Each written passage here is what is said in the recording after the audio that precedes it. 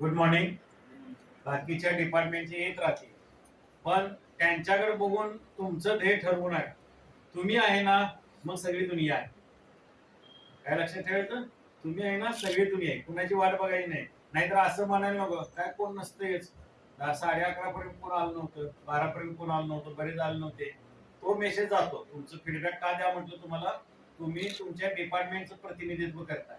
त्यामुळे मला आकडा निघतो याच्यातनं की बाबा हिस्ट्रीची एवढे 4 चालते, सोशॉलॉजीचे 2 चालते, मायक्रोबायोलॉजीचं कोण झालं नाही, सगळं रेकॉर्ड होतं. तुम्ही पहिला फीडबॅक द्यायचा. त्याच्यामध्ये सगळं म्हणजे आहे मायक्रोबायोलॉजीचं मला माहित आहे.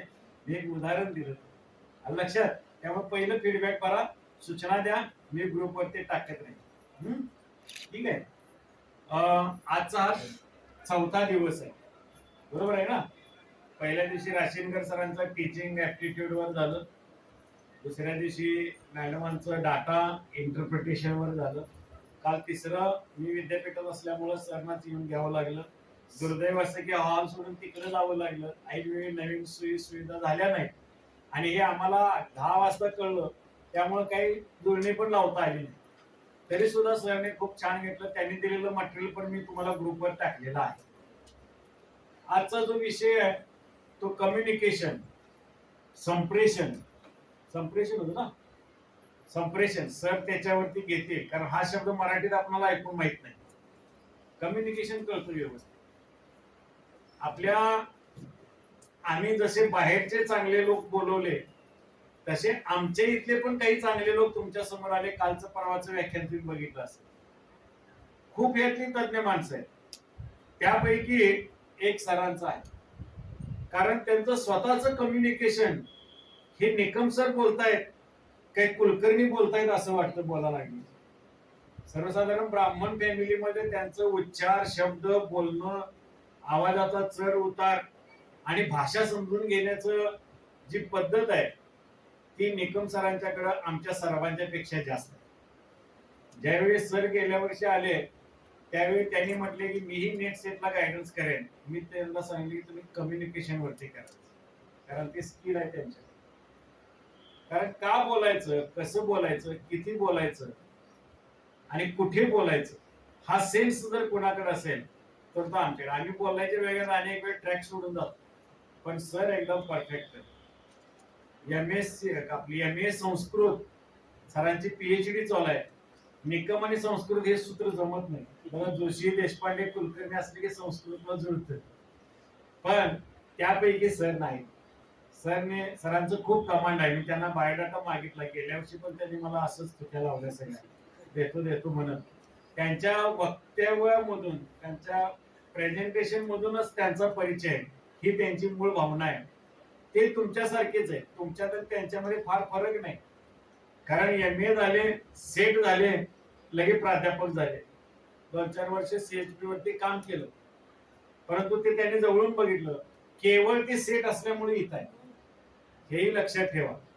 काल परवा मॅडमने सांगितलं की त्यांचे विद्यार्थी सेट झाले आणि त्यांच्या डिपार्टमेंटला लागले आणि त्या स्वतः सेट नसल्यामुळं पश्चाताप करायची वेळ आली. ज्यावेळी ते झाले असते तर वेगळं. म्हणून तुम्ही नीट लक्षात ठेवा, हे क्रॅकच करायचं. काही होऊ दे, जीव जात नाही. तुम्ही लय अभ्यास केला म्हणून मरत नाही, नाहीतर अँब्युलन्स बाहेर बोलवता येईल. तर तुम्ही काहीही करून जास्त अभ्यास करायचं, कष्ट करायचं, भरपूर माहिती गोळा केला म्हणजे जास्त अभ्यास होतोय असं नाही.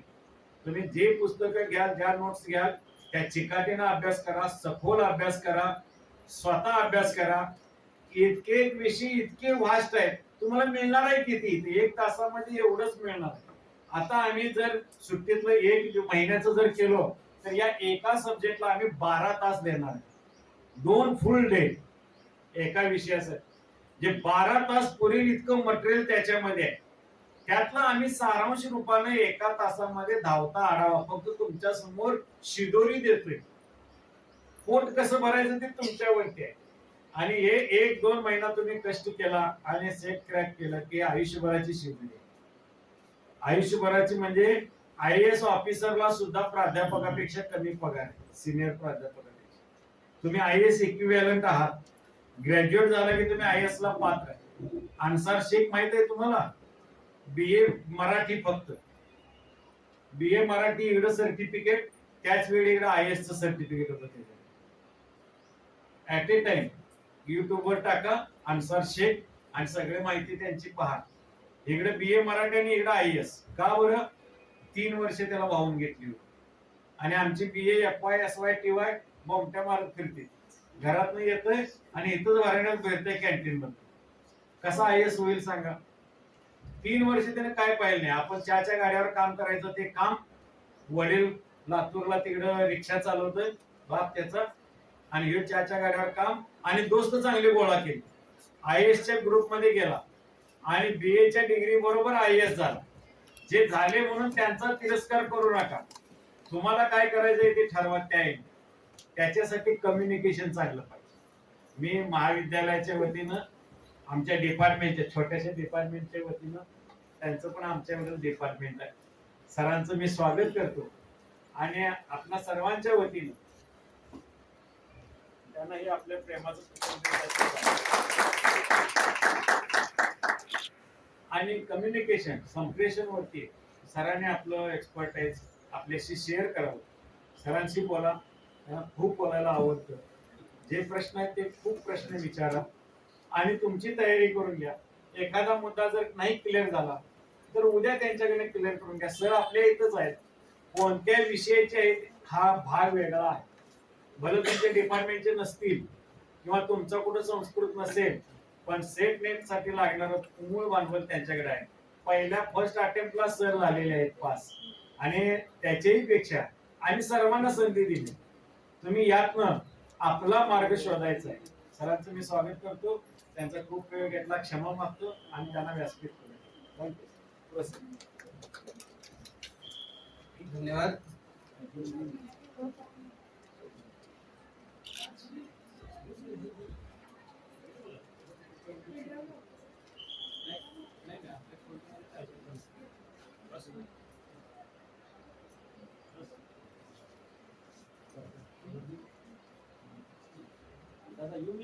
हो, एकदा फॉर्म लगेच भरायचंय, शेवटी कोणतं लगेच आभार मानायचं.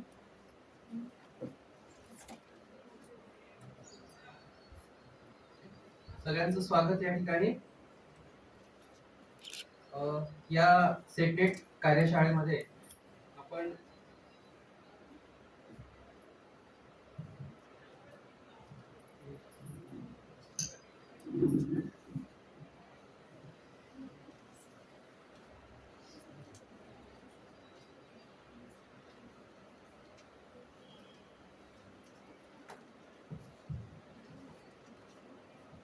आवाज येतोय? आवाज येतोय?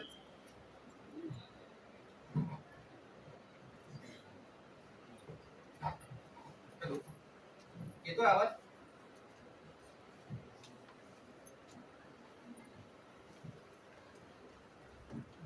लावा, 2 फोटो करा. 2 भट्टे सरांना सांगितलं 2 फोटो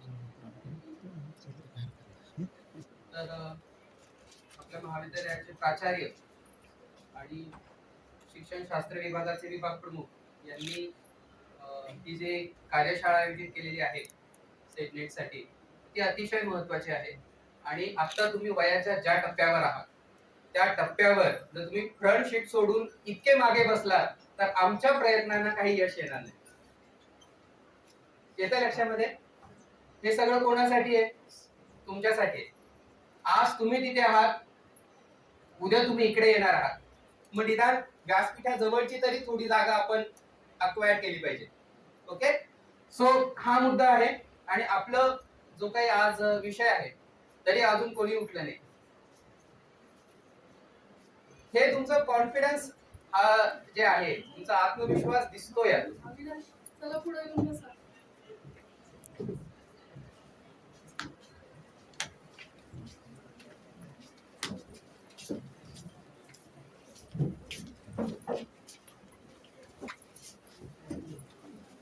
बघा आता कसं वाटतंय, जरा बरं वाटतंय.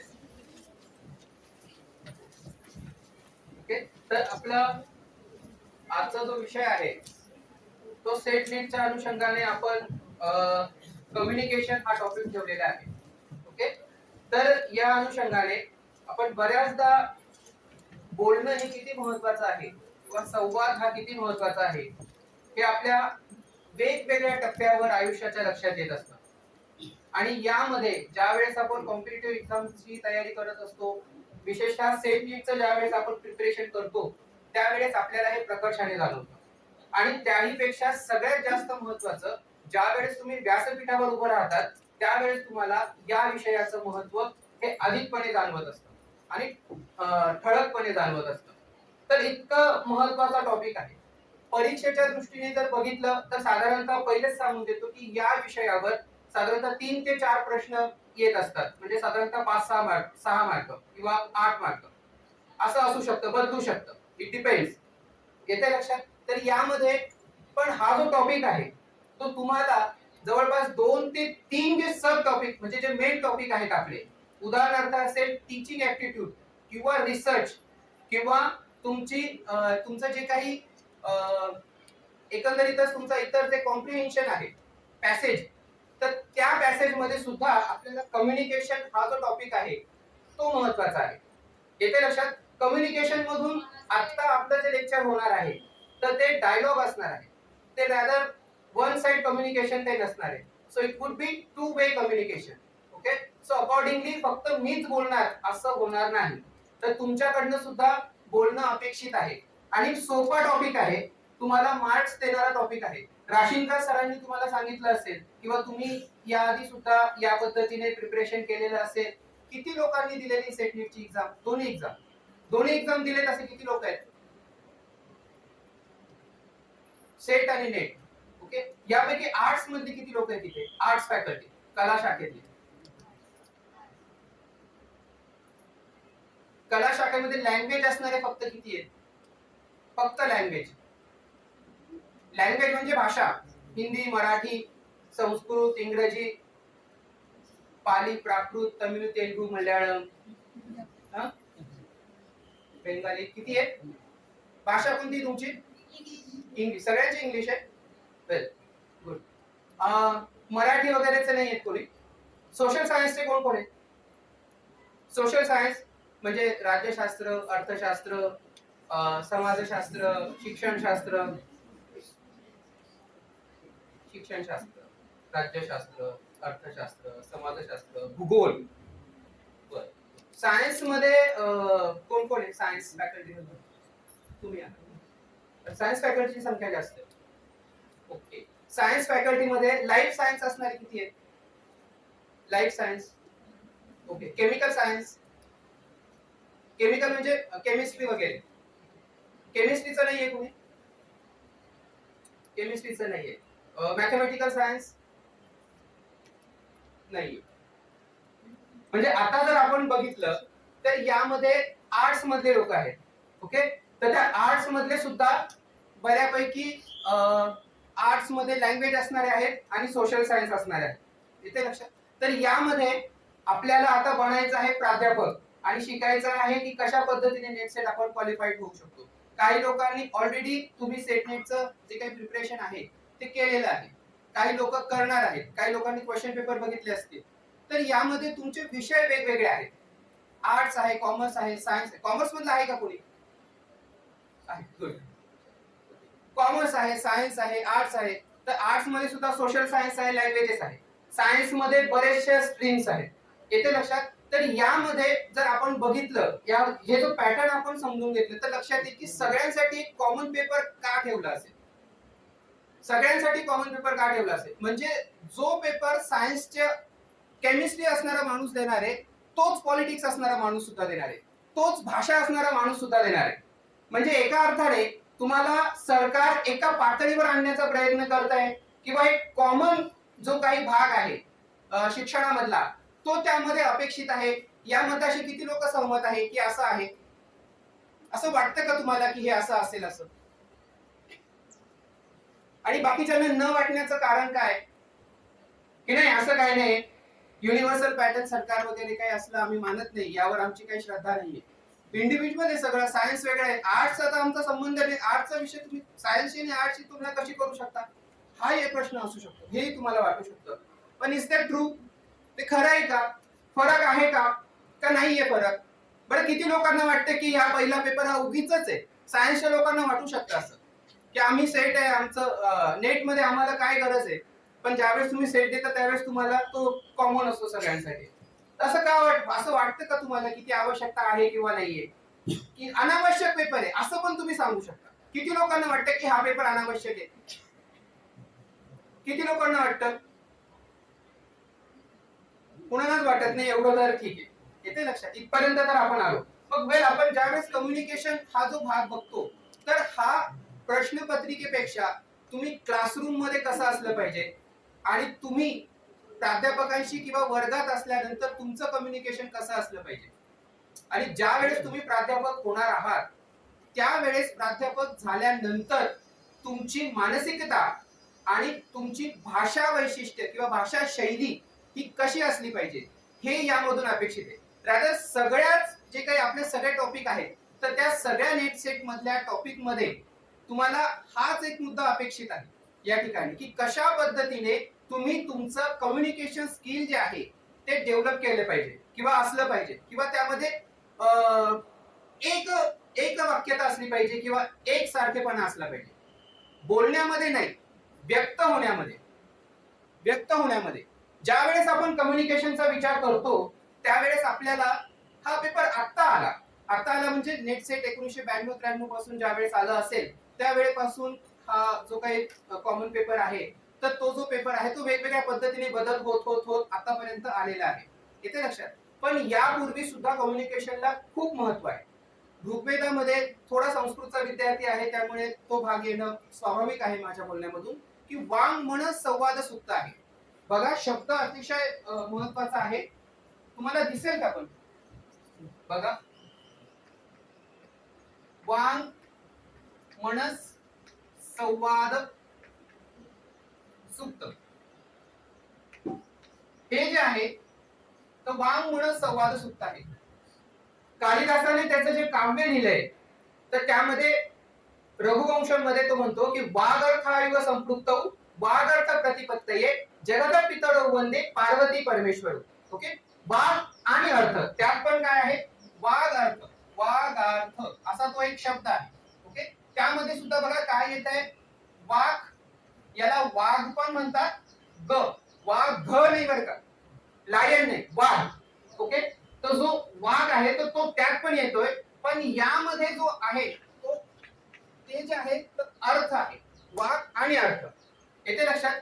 त्यानंतरचा जो भाग आहे तर वाक्यपदीय नावाचा एक व्याकरणावरचं टेक्स्ट आहे संस्कृतमध्ये.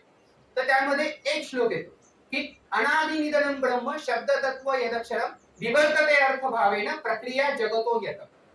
त्यामध्ये अनादि निधनम ब्रह्म शब्द तत्व, त्या ठिकाणी जो एक शब्द आलेला आहे तो आहे शब्द तत्व.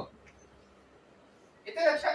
तर हा जो भाग आहे तर त्यामध्ये अनादि निधनम ब्रह्म शब्द तत्व यदक्षरम विवर्तते अर्थ भावेन प्रक्रिया जगतो येत. त्यामध्ये प्रक्रिया पण आहे आणि विवर्त पण आहे.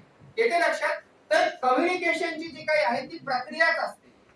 तर हा जो भाग आहे म्हणजे शिक्षणामध्ये तुम्ही प्राचीन शिक्षण बघा किंवा नंतरच्या काळातलं शिक्षण बघा किंवा आताच्या काळातलं शिक्षण बघा, यामध्ये तुम्हाला अपेक्षित असलेलं वागर्थ, वाग, शब्द तत्व, वांग असेल, मनस असेल. मनस म्हणजे मन. येते लक्षात? की वाचा आणि मनाचा ज्यावेळेस संवाद होतो त्यावेळेस त्याचं सुक्त बनतं.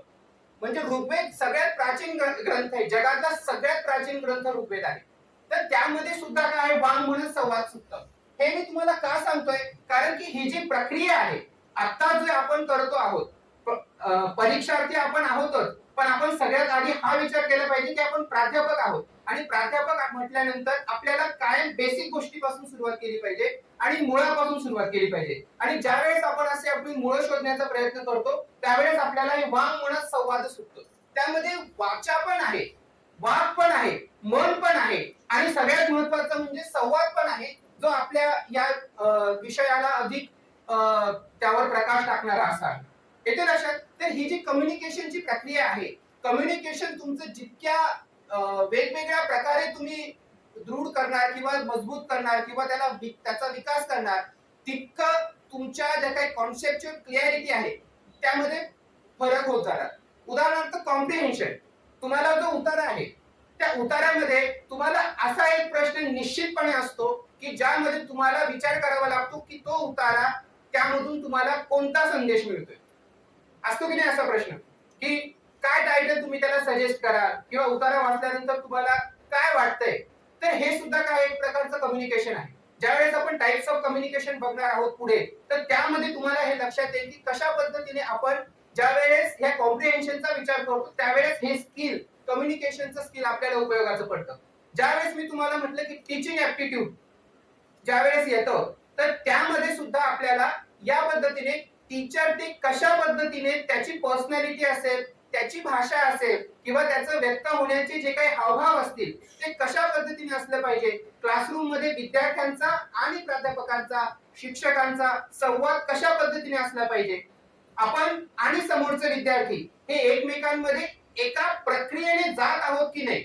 ज्यावेळेस आपण डिकोडिंग म्हणजे संदेश देणारा आणि संदेश ग्रहण करणारा हे ज्यावेळेस आपण कम्युनिकेशन मध्ये बघू तर त्यावेळेस आपल्या लक्षात येईल की कशा पद्धतीने हे जे शब्दार्थ किंवा वादार्थ जे आहे ओके की जे मी बोलतोय तोच अर्थ जर तुम्हाला कळला तर ते काय झालं ती कम्युनिकेशनची प्रोसेस जी काय आहे ती पूर्ण झाली. बघा पुन्हा सांगतो जे मला बोलायचंय ते जर मी बोललो आणि ते तुम्हाला समजलं तर ती प्रक्रिया काय झाली पूर्ण झाली.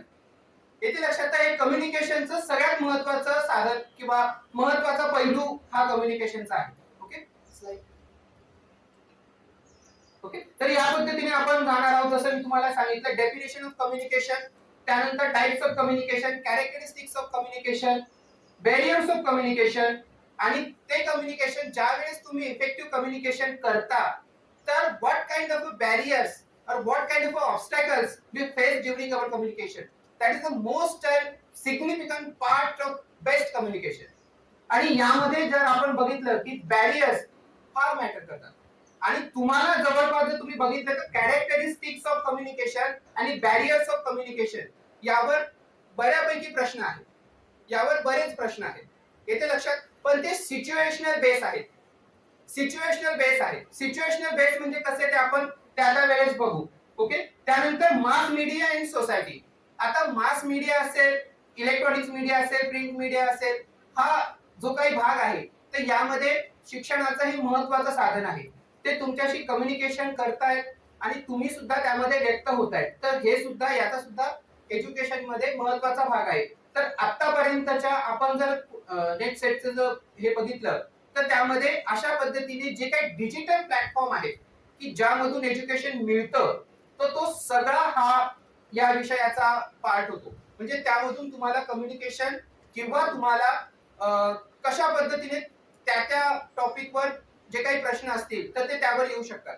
उदाहरणार्थ जर समजा तुम्ही ट्विटरला किंवा व्हॉट्सअपला किंवा तुम्ही म्हटलं की युट्यूबला तुम्ही शिक्षणाचं माध्यम मांडणार का, त्यामध्ये काहीतरी ते सिच्युएशन देतील किंवा काहीतरी त्यामध्ये एक आपल्याला असं म्हणता येईल की त्यामध्ये ते माध्यम जे तुम्ही वापरणार आहे त्याच्या काहीतरी कॅरेक्टरिस्टिक्स असतील. त्यावरून तुम्हाला ते माध्यम कोणतं आहे हे ओळखावं लागेल.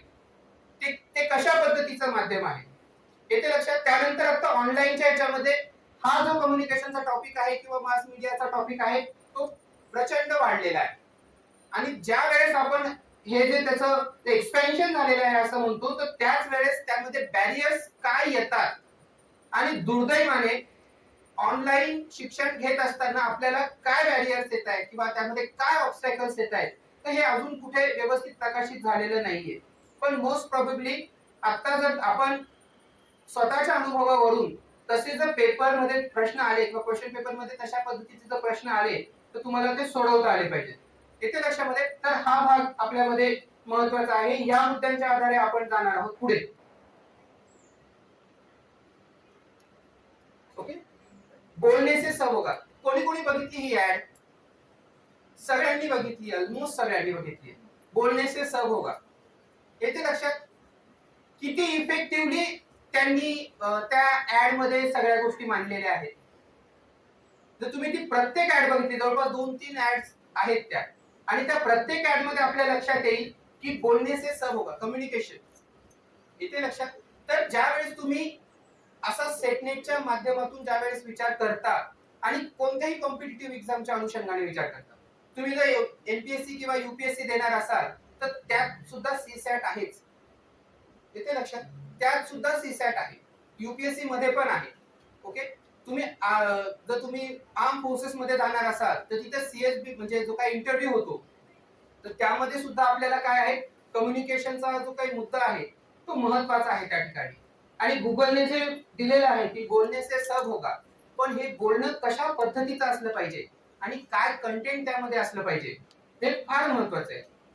तुम्हाला म्हणजे जे बिपिन रावत आपले जे चीफ ऑफ डिफेन्स स्टाफ होते पहिले, तर त्यांचं एनडीए मध्ये सिलेक्शन ज्यावेळेस ती इंटरव्ह्यू असते 5 दिवस चालणारी सीएसबी, तर त्यामध्ये त्यांना जे इंटरव्ह्यू पॅनल असतं त्यांनी एक प्रश्न विचारला की जर समजा तुम्हाला ट्रेक करायचं आहे, कारण की त्यांना विचारण्यात आलं होतं की तुम्हाला काय करायला आवडतं, तर त्यांनी सांगितलं की मला ट्रेकिंग आवडतं. तर त्यांना एक प्रश्न विचारण्यात आला होता की जर तुम्हाला ट्रेकिंग करायला घेऊन गेलो आणि त्यामध्ये तुम्हाला एकच जर वस्तू न्यायची असेल, एकच वस्तू, मोबाईल तर नाही, पॉकेट पण नाही, हेडफोन तर अजिबात नाही, तर तुम्ही काय न्याल? तुम्ही काय न्याल? तुम्ही काय न्याल? तुम्ही काय न्याल? सगळ्यांची अशी तंद्री लागली, मस्त समाधी नाही चालणार. तुम्ही काय न्याल जर तुम्हाला ट्रेकिंगला नेलं, आपण एचएम ची ट्रेक समजा गेल्या, तर तुम्ही काय न्याल? एक महत्वाची गोष्ट, काय न्याल? एकच घेऊन जायचंय काहीतरी. चला तुम्हाला मोबाईल परत हेडफोन पण आपण अलाउड करू, सगळं अलाउड करू. काय न्याल तुम्ही? एक वस्तू काय न्याल? काहीच नाही सर, आम्ही असंच येणार. काय न्याल? काय वाटतं तुम्हाला काय महत्वाचं असेल? म्हणून म्हटलं की हे 3-4 जे शब्द आहेत ना ते इतके महत्वाचे आहेत. तुम्हाला माहिती आहे युपीएससी मध्ये मॅक्सिमम तुम्ही विचार करा किंवा तुम्ही विचार करा किंवा कोणाला तरी विचारा किंवा जे बऱ्याचदा दुर्दैवाने इंटरव्ह्यू पर्यंत जाऊन परत आलेले आहेत त्यांना विचारा की कम्युनिकेशन आणि इंटरव्ह्यूचं काय महत्व असतं. ज्या वेळेस एकदा तुम्ही युपीएससीच्या इंटरव्ह्यू मधून माघारी येतात ना आणि पुन्हा नव्याने सुरुवात करतात ना, तर ते जे काय म्हणतात चॅलेंजिंग नेचर जे असतं ना ते जबरदस्त असतं. तुम्हाला सुरुवातीपासून सुरुवात करून पुन्हा तिथपर्यंत जाणं आणि दुर्दैवाने जर पुन्हा तुम्ही माघारी आलात तर, आणि बिपिन रावतांचा किस्सा आहे, तर त्यांनी काय उत्तर दिलं असेल किंवा तुम्ही काय उत्तर द्याल? तुम्ही बोलतच नाही. एक वस्तू सांगा, काही चालणार आहे तुम्हाला, तुम्ही घेऊन जाऊ शकता, त्यावर मी थोडी असं म्हणणार आहे की तुम्ही का नेताय असं. तो तुमचा प्रश्न आहे. यामध्ये तर एक गोष्ट ही आहे की समोरचा ज्यावेळेस प्रश्न विचारतो त्यावेळेस हे लक्षात आलं पाहिजे, कारण की तुम्ही सेटनेट जरी झालात तरी तुम्हाला इंटरव्ह्यू आहेच. तुम्ही कॉम्पिटिटिव्ह एक्झाम मध्ये गेलात तरी तुम्हाला इंटरव्ह्यू आहेच. आर्मी मध्ये गेलात तरी इंटरव्ह्यू आहे. पीएसआय व्हायचं म्हटलं तरी इंटरव्ह्यू आहे. सगळीकडे इंटरव्ह्यू आहे. त्यामुळे आता हा प्रश्न विचारल्यानंतर अपेक्षेप्रमाणे झालं, पण असं होता कामा नये. प्रश्न विचारल्यानंतर इमिजिएटली तुमच्याकडनं उत्तर आलं पाहिजे.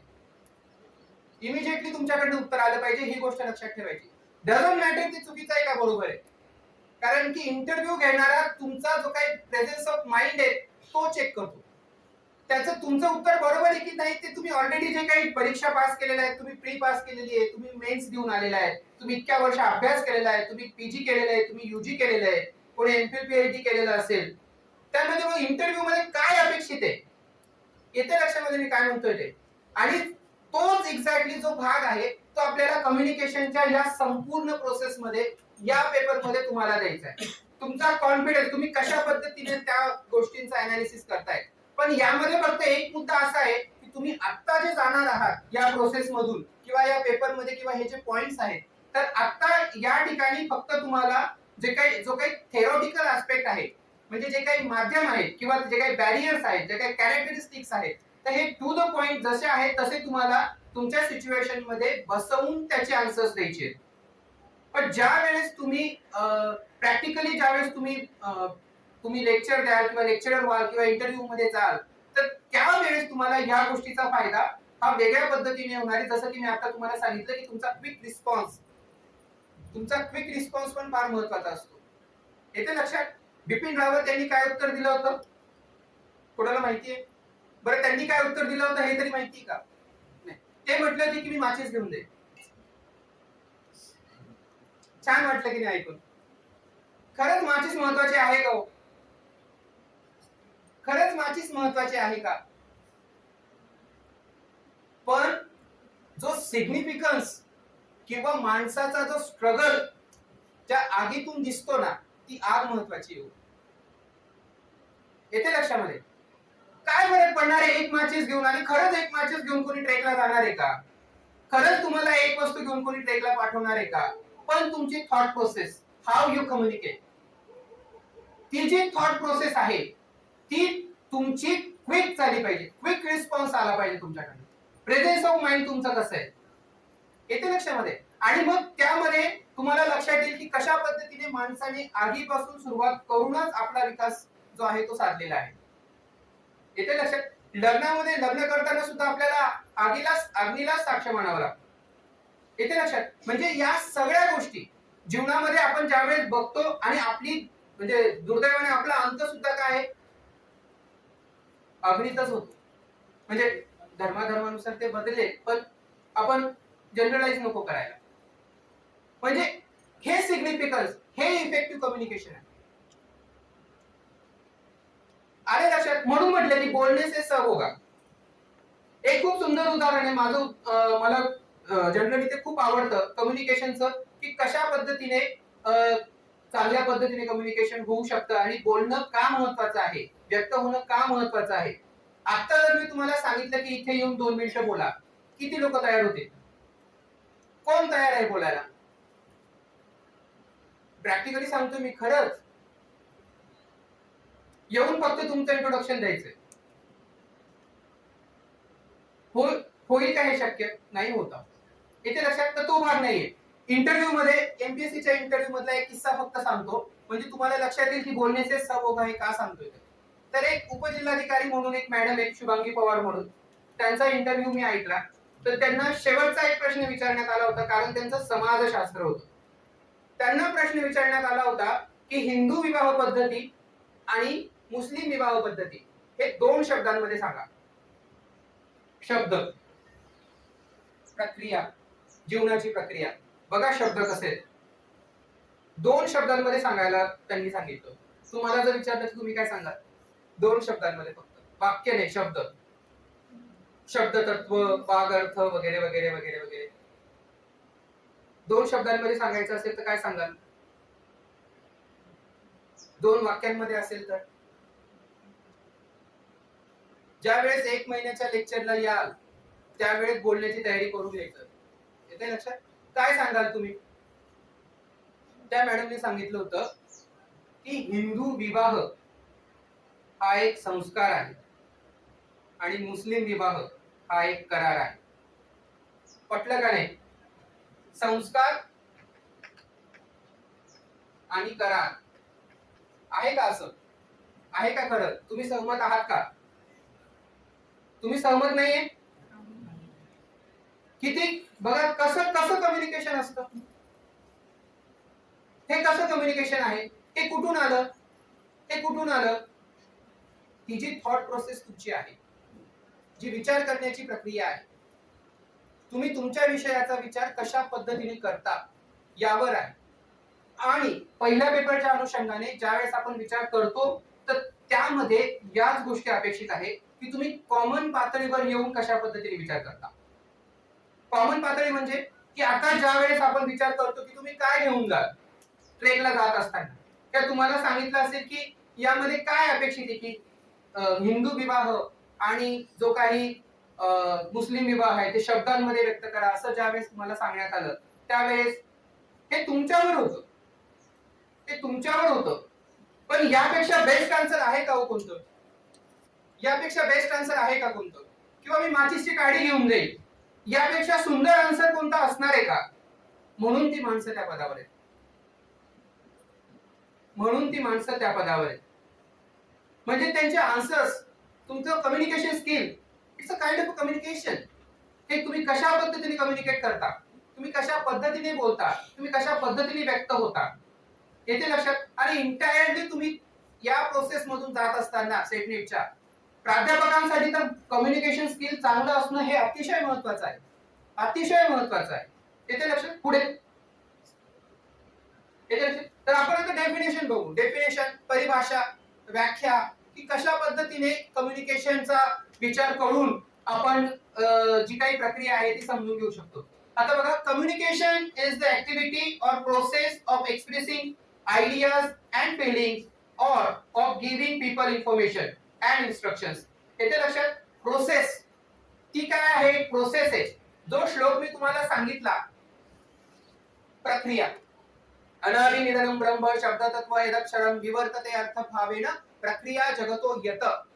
येते लक्षात. ही सगळी काय आहे? प्रक्रिया आहे. याच्यामध्ये काय सांगितलंय? Communication is the activity all process, आणि त्यामध्ये काय आहे? आयडियाज. हा शब्द या ठिकाणी आहे, आयडियाज. कोणता शब्द आहे त्या ठिकाणी? आयडियाज. आणि इतर ज्या डेफिनेशन्स आहेत ते पण आपण बघू.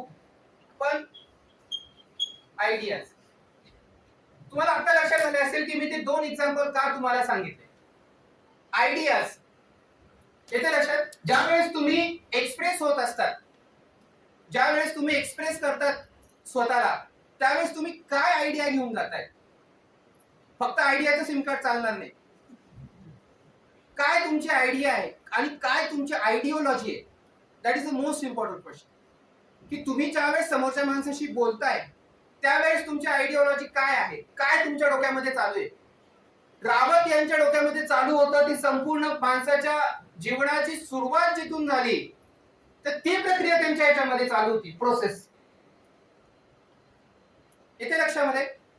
ती प्रोसेस. त्यानंतर जर आपण बघितलं की आयडियाज असेल, फिलिंग्स असेल. आयडिया आणि फिलिंग्स याच्यामध्ये काय अंतर आहे? आयडिया आणि फिलिंग्स याच्यामध्ये काय अंतर आहे? आयडियाज आणि फिलिंग्स याच्यामध्ये काय अंतर आहे? काय अंतर आहे का नाहीये? Expressing ideas, feelings, information.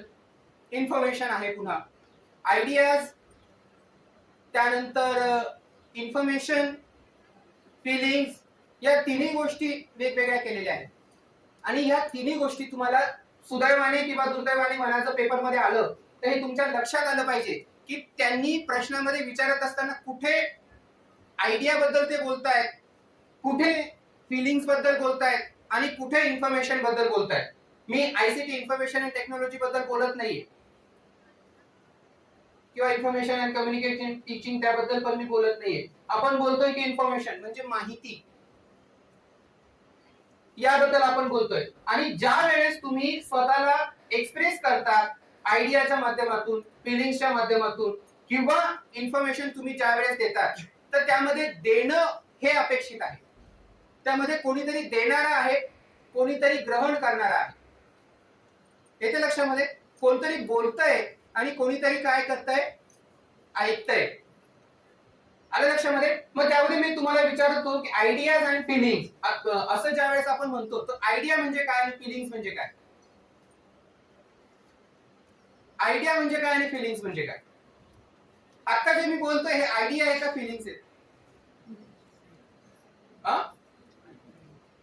Ideas आहेत का फिलिंग्स आहेत? बरं, किती लोकांना वाटतं आयडिया आहे? असं करू आपण, तुम्हाला ऑप्शन देऊन टाकू. बोलायचा त्रासच नको, कम्युनिकेशनच नको. If there is no communication, no obstacles, no barrier. काय असेल? किती लोकांना वाटतं की ही आयडिया आहे? बरं, एकच हात वरती आला. किती लोकांना वाटतं की ही फिलिंग आहे? आणि बाकीच्यांना वाटतं इन्फॉर्मेशन आहे असं. ओके, तर ही काय आहे? फिलिंग आहे किंवा इन्फॉर्मेशन पण तुम्ही म्हणू शकता. मी काहीतरी देतोय, पण ही आयडिया आहे का? मग तुम्हाला हे सर्च करावं लागेल की आयडियाला तुम्ही कोणत्या कॅटेगरीमध्ये टाकणार. तुम्हाला रेडी मटेरियल नाही मिळणार कुठे की आयडिया ही आहे किंवा इन्फॉर्मेशन ही आहे किंवा फिलिंग्स ही आहे. हे सगळं फिलिंग आहे. आणि हे डेफिनेशन म्हणजे त्यामध्ये अनेक डेफिनेशन्स आहेत. त्यामध्ये रिटन फॉर्म आहे किंवा बऱ्याचदा त्यांनी ओरल ट्रेडिशन किंवा जे काही आहे किंवा साइन लँग्वेज आहे हे पण त्या डेफिनेशन मध्ये येतं. पण या डेफिनेशन मध्ये आपण असं काही घेतलेलं नाही. तर आयडिया ज्यावेळेस तुम्ही म्हणतात तर आयडिया म्हणजे काय हे डिफाईन नाहीये. आयडिया काही असू शकतं. एखादी इनोव्हेटिव्ह जी काही गोष्ट असेल तर ती सुद्धा आयडिया होऊ शकते. पण आपलं जे कम्युनिकेशन आहे ते फिलिंग बेस आहे. आपण सगळं काय, मग त्यामध्ये काय फिलिंग असणार आहे. जेव्हा समजा तुम्हाला एखाद्या वेळेस वर्गामध्ये एखादा विद्यार्थी खूप प्रश्न विचारत असेल, त्यावेळेस तुमची फिलिंग कशी असली पाहिजे, कशी असली पाहिजे तुमची फिलिंग, हे सुद्धा हा सुद्धा तुमचा प्रश्न होणार, किंवा हा सुद्धा प्रश्न असू शकतो. असू शकतो की नाही, असू शकतो की नाही, असेल, 100% असेल, 100% असणार आणि आहे.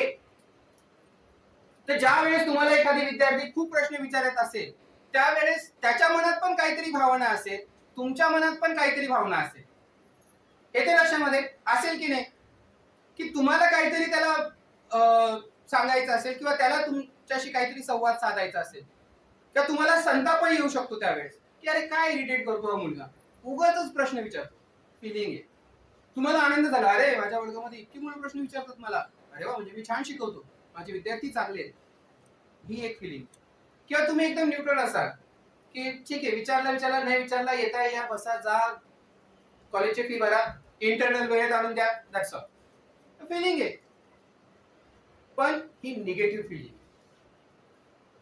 एवढंच कम्युनिकेशनचं आणि एवढंच टीचिंगचं जर तुम्हाला असं वाटत असेल, आणि यापैकी जर तुम्ही आन्सर क्लिक केलं, किती टक्के चुकीचं असेल ते आन्सर? बऱ्यापैकी ते चुकीचं आहे. कारण की फिलिंग्स अशा पद्धतीची असणार आहे का तुमची, की विद्यार्थी तुम्हाला प्रश्न विचारतोय, तुम्ही इरिटेट होताय, त्याला प्रश्न विचारू देत नाहीये, तुमच्या क्लासमध्ये तुमचं इन्व्हायरमेंट कसं तुम्ही ठेवताय, किती हेल्दी इन्व्हायरमेंट आहे, किती एंटरटेन तुम्ही मुलांची करू शकता, किती वेळ तुम्ही आयसीटी असेल, किंवा किती वेळ तुम्ही वापरताय, स्मार्ट बोर्ड असेल, पीपीटीज असतील, किंवा तुम्ही किती विद्यार्थ्यांना विनोद सांगताय, किती मोटिवेट करताय, यापैकी कोणता भाग फिलिंग मध्ये येतो, प्रश्न आहे. आयडिया असेल एखादी, काही आयडिया असेल, इनोव्हेटिव्ह आयडिया असेल समजा एखादी, किंवा अजून कशा पद्धतीची आयडिया असेल, ती आयडिया कोणती, जसं की मी ती तुम्हाला सांगितलं की ती डिफाईन नाहीये. आयडिया तुम्ही डिफाईन करू शकता का? इनोव्हेटिव्ह आयडिया असेल, ती काही असू शकते. कोणत्या माध्यमातून मुलं शिक्षण घेतील याचं, ती त्यांच्यासाठी ते इनोव्हेशन असेल. म्हणून आपण इनोव्हेशन जो काही आहे तो आता न्यू एज्युकेशन पॉलिसीमध्ये पण तो आहे, आणि आपल्याकडे ते सेंटर पण आहे इनोव्हेशन, की नवोन्मेषण ज्याला म्हणतात, की तुम्ही कशा पद्धतीने, हा न्यू एज्युकेशन पॉलिसीचा पण आधार आहे, आणि तुमच्या फर्स्ट पेपरचा पण त्यामध्ये भाग येतो, ज्यावेळेस तुम्ही प्राध्यापक म्हणून काम करा. सेट नेटचा पेपर देत असताना फक्त एवढं लक्षात ठेवा, आपला गोंधळ काय होतो माहिती तुम्हाला, की तुम्ही सेट नेटचा पेपर देत असताना विद्यार्थी असतात, त्यामुळे तुम्ही विद्यार्थ्यांच्या दृष्टिकोनातून विचार करतात, तुम्ही प्राध्यापक म्हणून इथिकल विचार करत नाही, इथिक्स त्यामध्ये येत नाही, जे की स्वाभाविक आहे, ते स्वाभाविक आहे. आलं लक्षामध्ये, की तुम्ही ज्या वेळेस बोलता, किंवा तुम्ही ज्या वेळेस इथे असता, त्यावेळेस तुमची भावना वेगळं असणं, आणि तुम्ही ज्या वेळेस पेपर देता त्यावेळेस तुमचा जो काही जी मेंटॅलिटी असणार आहे, किंवा जी विचार करण्याची जी प्रोसेस असणार आहे, प्रोसेस जे डेफिनेशन मध्ये आहे, ती कुठेतरी तुमचं उत्तर चुकीचं किंवा बरोबर ठरवू शकते. म्हणून तुम्हाला टीचिंगच्या पॉइंट ऑफ व्ह्यूने, कम्युनिकेशनच्या पॉइंट ऑफ व्ह्यूने, ज्यावेळेस तुम्ही एंटायर पेपर बघताय, हा एंटायर पेपर म्हणतोय मी, कॉम्प्रिहेन्शन पण त्यामध्ये येतं, टीचिंग तुमचं ऍप्टिट्यूड पण त्यामध्ये येतं, आणि सगळ्यात महत्त्वाचं तुमचा रिसर्च सुद्धा येतो. म्हणजे जवळपास 4 टॉपिक हे कम्युनिकेशनशी रिलेटेड आहेत. येणं केणं प्रकारे तुम्ही कसंही त्याला कम्युनिकेशन शिकाया, म्हणजे किती 4 वर आपण जरी समजा 4 जरी प्रश्न धरले, किंवा 3 जरी प्रश्न घेतले, तरी किती 12 ते 14 प्रश्न होत आहेत. जर एवढे नाही आले तरी एक जरी म्हटलं तरी तुमचे 8 ते 10 मार्क्स होत आहेत. आणि दुर्दैवाने आपण परीक्षा क्वालिफाईड होऊ शकत नाही, ते फक्त आणि फक्त पहिल्या पेपरमध्ये कमी मार्क्स मिळतात म्हणून. हे फॅक्ट आहे, ट्रूथ नाही म्हणत आहे, की ते बदलू पण शकतं. पण ही जवळपास जो काही अंदाज आहे, एक रॅन्डम अंदाज, तर त्यामुळे तुमचं जे काही मेरिट आहे ते पहिल्या पेपरवर ठरतं. का ठरतं? का बरं ठरतं? पहिल्या पेपरवर का ठरतं? कारण तुमची थॉट प्रोसेस जी आलेली आहे, प्रक्रिया असेल किंवा प्रोसेस असेल, फरक आहे ना. तुम्ही विचार करण्याच्या प्रक्रियेमध्ये फरक आहे, येते लक्षामध्ये. तुम्ही ज्या पद्धतीने विचार करता म्हणून तुमचं आन्सर चुकीचं किंवा बरोबर येतं, आणि तेच तुम्हाला घातक ठरतं, किंवा आपल्या निकालाला ते घातक ठरतं. सब्जेक्ट मध्ये असं होतं का? सब्जेक्ट मध्ये असं अशा पद्धतीने नाही होत. टू बी और नॉट टू बी असं सब्जेक्टच्या बाबतीमध्ये नसतं. का नसतं असं? हा, तुमचा आन्सर मध्ये फरक असतो की यार हे आहे का ते आहे. पण ज्यावेळेस तुम्ही असं विचारपूर्वक जे काही लिहिणं म्हणतात, तर ते सब्जेक्टच्या बाबतीमध्ये नसतं. एक तर तुम्हाला आन्सर माहिती असतं किंवा तुम्ही एक तुक्का मारलेला असतो. त्यापेक्षा जास्त नसतं ते. म्हणजे बरंच काही असू शकतं, त्याला मर्यादा आहे. पण मी आता क्लासरूम पुरतं बोलायला काहीतरी जे काही मर्यादित शब्द आहेत त्यानुसार बोलतोय की पहिल्या पेपरमध्ये तुमचं उत्तर हे दुसऱ्यापेक्षा कसं सरस ठरेल, ही जी प्रोसेस आहे, ही जी प्रक्रिया आहे, तिचा आपण बारकाईने विचार केलेला नाही. आणि मी जे तुम्हाला सांगितलं की टीचिंग ऍप्टिट्यूड असेल, रिसर्च असेल, रिसर्च मध्ये सुद्धा कम्युनिकेशनचाच भाग येतो. कम्युनिकेशनचाच भाग येतो. जर तुम्ही सोशल सायन्सचे विद्यार्थी असाल आणि जर तुम्ही फील्ड साठी गेलेला असाल, तुम्ही तुमचं कम्युनिकेशन जर त्या माणसांशी करणार असाल, त्या स्त्रियांशी करणार असाल, तर ती प्रक्रिया काय असेल? रिसर्च मध्ये प्रश्न येऊ शकतो तुम्हाला 100%. त्यामुळे कम्युनिकेशन हा सुरुवातीला मी बोललो की 3-4 प्रश्न असू शकतात, पण हे त्यापेक्षा जास्त आहे. आणि अजून जर तुम्ही बघितलं तर आयसीटी बेस्ड जे काही प्रश्न असणार आहेत, 5वा मुद्दा जर आपण त्यामध्ये ऍड करायचा म्हटला तर त्यामध्ये सुद्धा कम्युनिकेशन येतं. येते लक्षामध्ये मी काय म्हणतोय? म्हणजे जवळपास 4 ते 5 जे काही असे सेटचे प्रश्न आहेत की ज्यामध्ये तुम्हाला अशा पद्धतीने प्रश्न या कम्युनिकेशनच्या आधारावरच येऊ शकतात. येते लक्षात? आणि कम्युनिकेशन हा जो शब्द आहे हा लॅटिन भाषेपासून आलेला आहे. त्याचा जो काही अर्थ आहे तो काय आहे? काय आहे की कॉमन करायचं गोष्ट, to make it common. Common म्हणजे काय? जनरलाइज. जनरलाइज. आणि मी सुरुवातीला काय सांगितलं तुम्हाला? सुरुवातीला काय सांगितलं की पहिला पेपर जो आहे तो काय आहे? जनरल करण्याचा आहे, सामान्यकरण. आपण फार असामान्य असतो बऱ्याचदा. येते लक्षात? पण एवढं अपेक्षित नाहीये. कमीत कमी एखाद्या गोष्टीचं नॉलेज तुम्हाला असलं पाहिजे. आयडियाच्या बाबतीमध्ये तुम्ही आयडियल असलं पाहिजे. फिलिंग्सच्या बाबतीमध्ये तुम्ही स्ट्रॉंग असलं पाहिजे. आणि इन्फॉर्मेशनच्या बाबतीमध्ये तुम्ही अप टू डेट असलं पाहिजे. 3 शब्द जे काही एकमेकांच्या विरोधात येते बघा. इन्फॉर्मेशन तुमचे अपडेट असले पाहिजे. फिलिंग्स तुमच्या, कुठे तुम्ही इमोशनली जर विचार केला टीचिंग मध्ये, ते बरोबर आहे का? ते योग्य आहे का? नाही. मग जर असा एखादी प्रश्न आला तर तुम्ही कशा पद्धतीने असलं पाहिजे? प्रोफेशनल असलं पाहिजे, स्ट्रॉंग असलं पाहिजे त्या ठिकाणी. आणि हेच तुम्हाला ज्यावेळेस तुम्ही एमपीएससीचा इथिक्स देणार आहात, युपीएससीचे इथिक्स देणार आहात, त्यात सुद्धा हा मुद्दा आहे. तो कम्युनिकेशनच्या संदर्भात आहे. येते लक्षामध्ये मी काय म्हणतोय ते? म्हणजे या पद्धतीने तुम्ही ज्या वेळेस जाता त्यावेळेस कोणती प्रक्रिया फॉलो करताय किंवा तुम्ही काय विचार करताय, हा भाग त्यामध्ये येणार आहे. ओके, पुढे आता इन्फॉर्मेशन जे आपण बघितलं तर माहिती आणि तंत्रज्ञान किंवा इन्फॉर्मेशन अँड टेक्नॉलॉजी हा एक शब्द आहे. काय फरक आहे इन्फॉर्मेशन अँड टेक्नॉलॉजी मध्ये? किंवा विज्ञान आणि तंत्रज्ञान हा जो सायन्स अँड टेक्नॉलॉजी हा जो शब्द आहे त्यामध्ये काय फरक आहे? टेक्नॉलॉजी म्हणजे काय आणि सायन्स म्हणजे काय? आयडियाच्या बाबतीमध्ये स्टील मी त्याच मुद्द्यावर आहे की आयडियाच्या बाबतीमध्ये ज्यावेळेस तुम्ही विचार करता त्यावेळेस विज्ञान आणि तंत्रज्ञान, सायन्स अँड टेक्नॉलॉजी यामध्ये काय फरक आहे? सायन्स कशाला म्हणायचं आणि टेक्नॉलॉजी कशाला म्हणायचं? सायन्स तुम्ही कशाला म्हणणार आणि टेक्नॉलॉजी कशाला म्हणणार? इन्फॉर्मेशन लास्टच्या स्लाइड मध्ये जर आपण बघितलं तर त्यामध्ये इन्फॉर्मेशन आहे. यामध्ये तुम्हाला कम्युनिकेटर आणि कम्युनिकेटी दिसते किंवा काय तुम्ही विचार करणार? सायन्स आणि टेक्नॉलॉजी, माहिती आणि तंत्रज्ञान. बरं, ज्ञान आणि माहिती यामध्ये काय फरक आहे? फरक आहे का नाही? आपल्याला जे असतं किंवा आपल्याला जे आहे ती माहिती आहे का ज्ञान आहे? माहिती आहे. किती कॉन्फिडेंटली बोललो आपण. परत गोंधळ झाला. माहिती आहे की ज्ञान आहे? ज्ञान आहे. कॉन्फिडेंट आहात की ज्ञान आहे ते? कॉन्फिडेंट आहात तुम्ही की ते ज्ञान आहे? तुमच्यावर आहे. तुम्ही ज्ञान म्हटलं तर मी काय करणार? पण तो कॉन्फिडन्स जो आला तो महत्वाचा आहे. पण इन्फॉर्मेशन मध्ये मोस्ट प्रोबेबली काय असतं की आपल्याला जी असते ती मोस्ट प्रोबेबली म्हणतोय ती इन्फॉर्मेशन असण्याची शक्यता अधिक आहे. येते लक्षामध्ये? ती इन्फॉर्मेशन असण्याची शक्यता अधिक आहे.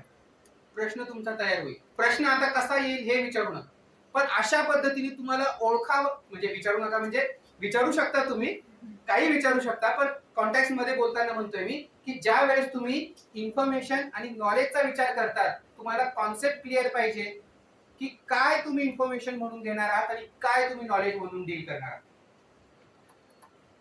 नॉलेज म्हणून ज्या वेळेस आपण घेतो त्यावेळेस त्याचे काय पॅरामीटर्स आहेत. भगवद्गीतेमध्ये ज्ञानाच्या बाबतीमध्ये एक श्लोक आहे की न हि ज्ञानेन सदृश्य पवित्र मी विद्यते. ज्ञानासारखे दुसरे पवित्र काहीच नाही. मग जी प्युअर गोष्ट आहे किंवा जे काही ज्ञान आहे की जे निसर्गामध्ये आहे किंवा ज्या पद्धतीने आपण जे निसर्गाकडून घेतलेलं आहे ते ज्ञान. आता तुम्ही जर डार्विनचा सिद्धांत अभ्यासत असाल किंवा आइन्स्टाईनचा सिद्धांत अभ्यासत असाल किंवा न्यूटनचा सिद्धांत अभ्यासत असाल तर यामध्ये तुम्ही त्याला ज्ञान म्हणणार की माहिती म्हणणार? मीच सांगतो ती माहिती असते का किंवा माहिती म्हणाल का तुम्ही त्याला? ती माहिती आहे ना. न्यूटनला झालं ते ज्ञान असेल, बुद्धाला झालं ते ज्ञान आहे, महावीरला झालं ते ज्ञान आहे. ज्ञान तुम्ही कधी म्हणणार? ज्यावेळेस तुम्ही न्यूटनच्या सिद्धांताला छेद देणार. ज्या वेळेस तुम्ही न्यूटनच्या सिद्धांताला छेद देणार. म्हणून मी तुम्हाला म्हटलं की ती जी डेफिनेशन आपण बघितली त्यामध्ये आणि त्यामध्ये जो काही इन्फॉर्मेशन आहे, जो काही इन्फॉर्मेशन शब्द आहे तर तो म्हणून त्या ठिकाणी ऍड केलेला आहे. नॉलेज शब्द त्यामध्ये नाही आणि डायरेक्ट आयडिया आहे. मग कम्युनिकेशन मध्ये जर समजा असा प्रश्न आला की महत्वाचं काय आहे किंवा यापैकी कोणती गोष्ट कम्युनिकेशन मध्ये महत्वाची नाही आणि जर त्यामध्ये ऑप्शन असतील की माहिती, आयडिया, नॉलेज आणि इन्फॉर्मेशन, तुमचा आन्सर काय असेल? नॉलेज. ज्यामध्ये येत नाही कारण आपण सेकंडरी सोर्सेस वापरतोय. येते लक्षामध्ये? आपण सेकंडरी सोर्सेस वापरतोय. आपण काय करतोय? आपण रिसर्च करतोय.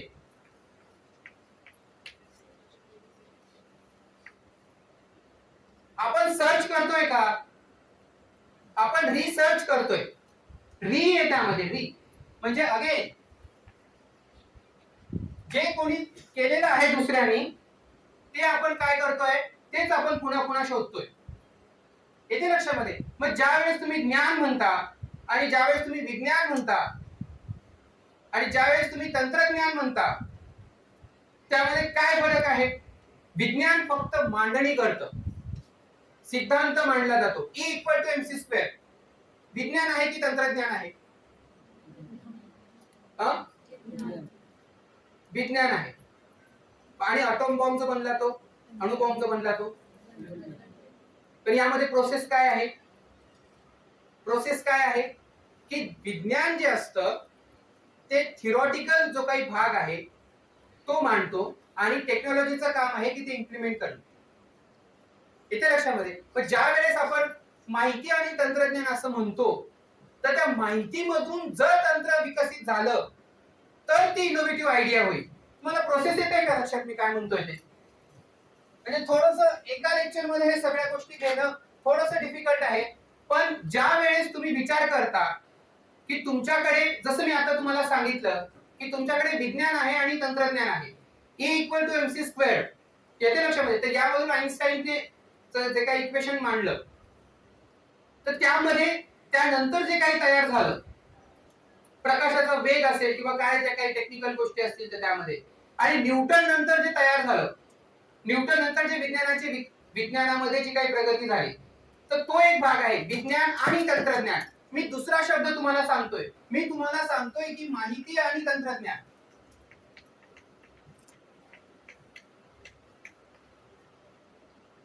आणि यामध्ये सुद्धा ज्ञान आहे. म्हणजे बघा, विज्ञान आणि तंत्रज्ञान, विज्ञानामधून ज्यावेळेस तुम्ही थिअरॉटिकल भाग त्याचा ज्यावेळेस बघता त्यावेळेस तंत्रज्ञान त्यामधून विकसित होऊ शकतं. येते लक्षामध्ये? ज्यावेळेस तुम्ही माहिती, काही हरकत नाही की आपल्याला माहिती आहे म्हणायचा, आपल्याला माहितीचा अधिकार असाही आहेच. जोपर्यंत कॉन्टेक्स्ट माहिती नसतो ना तोपर्यंत विनोद सुद्धा समजत नाही. आणि विनोद समजण्यासाठी प्रेझेन्स ऑफ माइंड असावा लागतो, पु ल देशपांडेंनी म्हटलंय, मी नाही. ओके, तर माहिती आणि तंत्रज्ञान. ओके, बघा ज्ञान आहे, विज्ञान आणि तंत्रज्ञान, सॉरी, विज्ञान आणि तंत्रज्ञान हा एक भाग आहे. जसं तुम्हीच सांगितलं की जे काही थिओरिटिकल आहे त्यापासून जे काही विकसित होईल ते तंत्रज्ञान आहे.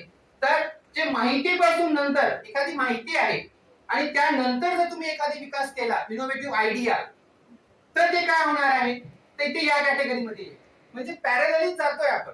ही सगळी शेवटी काय प्रोसेस आहे जी डेफिनेशन मध्ये बघितलं होतं, जी डेफिनेशन मध्ये आपण बघितलं होतं की कशा पद्धतीने तुम्ही ही सगळी प्रक्रिया जी आहे ती समजून घेताय. आणि हे सगळे शब्द की वर्ड्स आहे, इट्स की word for your future life. हे सगळे जे काही रिसर्च पेपर मध्ये जे कीवर्ड्स महत्त्वाचे असतात की हे तुम्ही छोटे छोटे शब्द आहेत, म्हणून मी जास्त ज्या काही पीपीटीज बनवल्या त्या किचकट नाही बनवलेल्या, ते तुम्ही डिफाईन करायचं आहे की कशा पद्धतीचं ते असणार आहे, की तुम्हाला त्यातून काय अर्थ अभिप्रेत होतोय आणि नंतर ते क्रॉस चेक करायचं आहे की ते कॉन्टेक्स्ट मध्ये इथिकली फिट बसतंय की नाही. मी इथिकली म्हणतोय आणि कॉन्टेक्स्ट पण शब्द वापरतोय. बघा, कॉन्टेक्स्ट मी शब्द वापरतोय, संदर्भ, की त्या संदर्भानुसार तुम्हाला तो शब्द किंवा तुम्हाला ती कॉन्सेप्ट वापरता येते का, हे सुद्धा कम्युनिकेशन मध्ये बघितलं जाईल, कॉम्प्रिहेन्शन मध्ये बघितलं जाईल, रिसर्च मध्ये बघितलं जाईल आणि तुमच्या टीचिंग ऍप्टिट्यूड मध्ये सुद्धा बघितलं जाईल. येते लक्षामध्ये? मी जे बोलतोय ते तुमच्या लक्षामध्ये येत आहे का? येते लक्षात? तर हा जो काही कॉन्टेक्स्ट आहे, तर हा कॉन्टेक्स्ट कम्युनिकेशनच्या यामध्ये सगळ्यात महत्त्वाचा आहे. आणि जसं की आपण म्हटलं की प्रोसेस जी आहे कम्युनिकेशनची, ही फक्त हा जो काही प्रवास आहे, तर तुम्ही आणि मी असा नाही, तर तुम्ही आणि विश्व असा सुद्धा आहे. येते लक्षामध्ये? तुम्ही आणि विद्यार्थी, तुम्ही आणि पालक, तुम्ही आणि तुमचे जे काही मित्र असतील ते, तुम्ही आणि तुमच्या मैत्रिणी पण, हे सगळं त्यामध्ये येते लक्षामध्ये? तर तुम्ही ज्यावेळेस कम्युनिकेटर आहात आणि कम्युनिकेटिव्ह आहे, ही जी संपूर्ण प्रोसेस आहे ती ही दोनच गोष्टींनी, या दोनच गोष्टी त्यामध्ये आहेत. आणि या प्रक्रियेच्या माध्यमातूनच आपण ही जी कम्युनिकेशनची किंवा संवादाची किंवा संप्रेषणाची जी काही प्रोसेस आहे ती या दोन माध्यमातून जी काही आहे ती होत असते. येते लक्षात? पुढे आता यामध्ये बघा, सेंडर आहे, इनकोडिंग आहे, मेसेज आहे, चॅनल आहे, रिसीव्हर आहे, डिकोडिंग आहे. येते लक्षात? तर यामध्ये खूप सोपा भाग आहे की सेंडर काय आहे की जो माहिती देतोय तो, आता या ठिकाणी मी सेंडर असणार आहे. त्यानंतर इनकोडिंग, तुम्ही तो काही जो काही जे काही मेसेज असणार आहे तो त्यामध्ये असणार आहे वेगळ्या स्वरूपामध्ये, त्यावर मी येतोय. आणि त्यानंतर तो मेसेज असणार आहे. त्याच्यानंतर जे काही येते ते चॅनल असणार आहे, म्हणजे ज्या माध्यमातून आपण तो मेसेज देतोय. आता मी तुमच्याशी प्रत्यक्ष बोलतोय, तर हे माध्यम प्रत्यक्ष आहे. येते लक्षात? तर ते म्हणजे चॅनल किंवा मीडियम. रिसीव्हर तुम्ही, आणि डिकोडिंग म्हणजे ज्या वेळेस तुम्ही हे लेक्चर ऐकल्यानंतर तुमच्यामध्ये जी प्रेरणा उत्पन्न होणार आहे, जे काही तुमच्यामध्ये निर्माण होणार आहे, ते म्हणजे काय असणार आहे? डिकोडिंग. किंवा जो अर्थ तुम्ही काढणार आहे, जे मी तुम्हाला सांगितलं होतं की वागर्थ इव संपृक्त वागर्थ प्रतिपत्त आहे, म्हणजे शब्दांचा आणि अर्थाचा जे काही प्रतिपादन आहे ते करण्यासाठी मला क्षमता माझ्यामध्ये निर्माण होऊ दे. आणि जो शब्द आहे आणि त्याचा जो अर्थ आहे तोच तसाच्या तसा काय आहे, समोरच्या माणसाला तो अभिप्रेत झाला पाहिजे. जर मी समजा आता चायनीज मध्ये बोललो तर बोलणंच असेल, पण चालणार आहे का तसं? तुम्हाला कळेल का? किंवा मी संस्कृत मध्ये बोललो तर भाषाच आहे, देवनागरी लिपीच आहे, पण ते कळणार आहे का तुम्हाला? आता जर समजा या ठिकाणी सेटनेटचं लेक्चर आहे आणि जर मी युक्रेन आणि रशियाच्या युद्धावर बोललो तर चालणार आहे का? येते लक्षामध्ये? तर ज्या वेळेस तुम्ही हे जे काही डिकोडिंग तुम्ही जे करता, तर मी जे सांगतोय, आता मी सेटनेटच्या पेपर बद्दलच बोलतोय, पण तुमच्या मनात जर आता 12:15 झालेत, 12:30 झालेत, आम्ही 7:30 वाजेपासून आलोय आणि आईने घरी स्वयंपाक केला असेल आणि मला भूक लागली आणि आता मी जातो आणि खातो, हे जर असणार असेल तर काय होणार आहे, ही प्रक्रिया पूर्ण होईल का? तुम्ही काय म्हणून मी म्हटलं की प्रोसेस हे ज्या वेळेस कम्युनिकेशन चालू असतं त्यावेळेस तुमच्या डोक्यामध्ये काय विचार आहे, तुम्ही काय विचार करताय. जर मी जे बोलतोय त्याच पद्धतीने तुम्ही जर ते रिसीव्ह करत असाल तर तुम्ही ते डिकोडिंग केले असं म्हणता येईल किंवा तुमच्यापर्यंत ते पोहोचले असं म्हणता येईल. मी आता तुम्हाला सांगितलं की या ठिकाणी येऊन बोला आणि तुम्ही जर पटकन उठलात आणि बोललात तर तुम्ही जागे आहात असं म्हणता येईल, नाही तर नाही. हे डिकोडिंग आहे. जर मी तुम्हाला आता सांगतोय की मी क्वेश्चन पहिल्या प्रश्नपत्रिका बद्दल बोलतोय येते लक्षात आणि त्यावर जर तुम्ही सगळे अग्री झालात तर ते डिकोडिंग असेल. म्हणजे हे जे काही सेंडर आहे, इनकोडिंग आहे, मेसेज आहे, चॅनल आहे, रिसिव्हर आहे आणि डिकोडिंग आहे. हे काय आहे, बाहेरचं आहे. पुन्हा मी संस्कृतचा विद्यार्थी असल्यामुळे थोडस संस्कृत कडे येतो. मनाचे श्लोक आपण ऐकले असतील की प्रभाते मणी राम चिंतित जावा, पुढे वैखरी राम आधी बदावा. त्या ठिकाणी जो एक शब्द आलेला आहे तो आहे वैखरी. वैखरी हा शब्द आहे. ओके, वैखरी म्हणजे काय? वैखरी म्हणजे काय? वाचा. अजून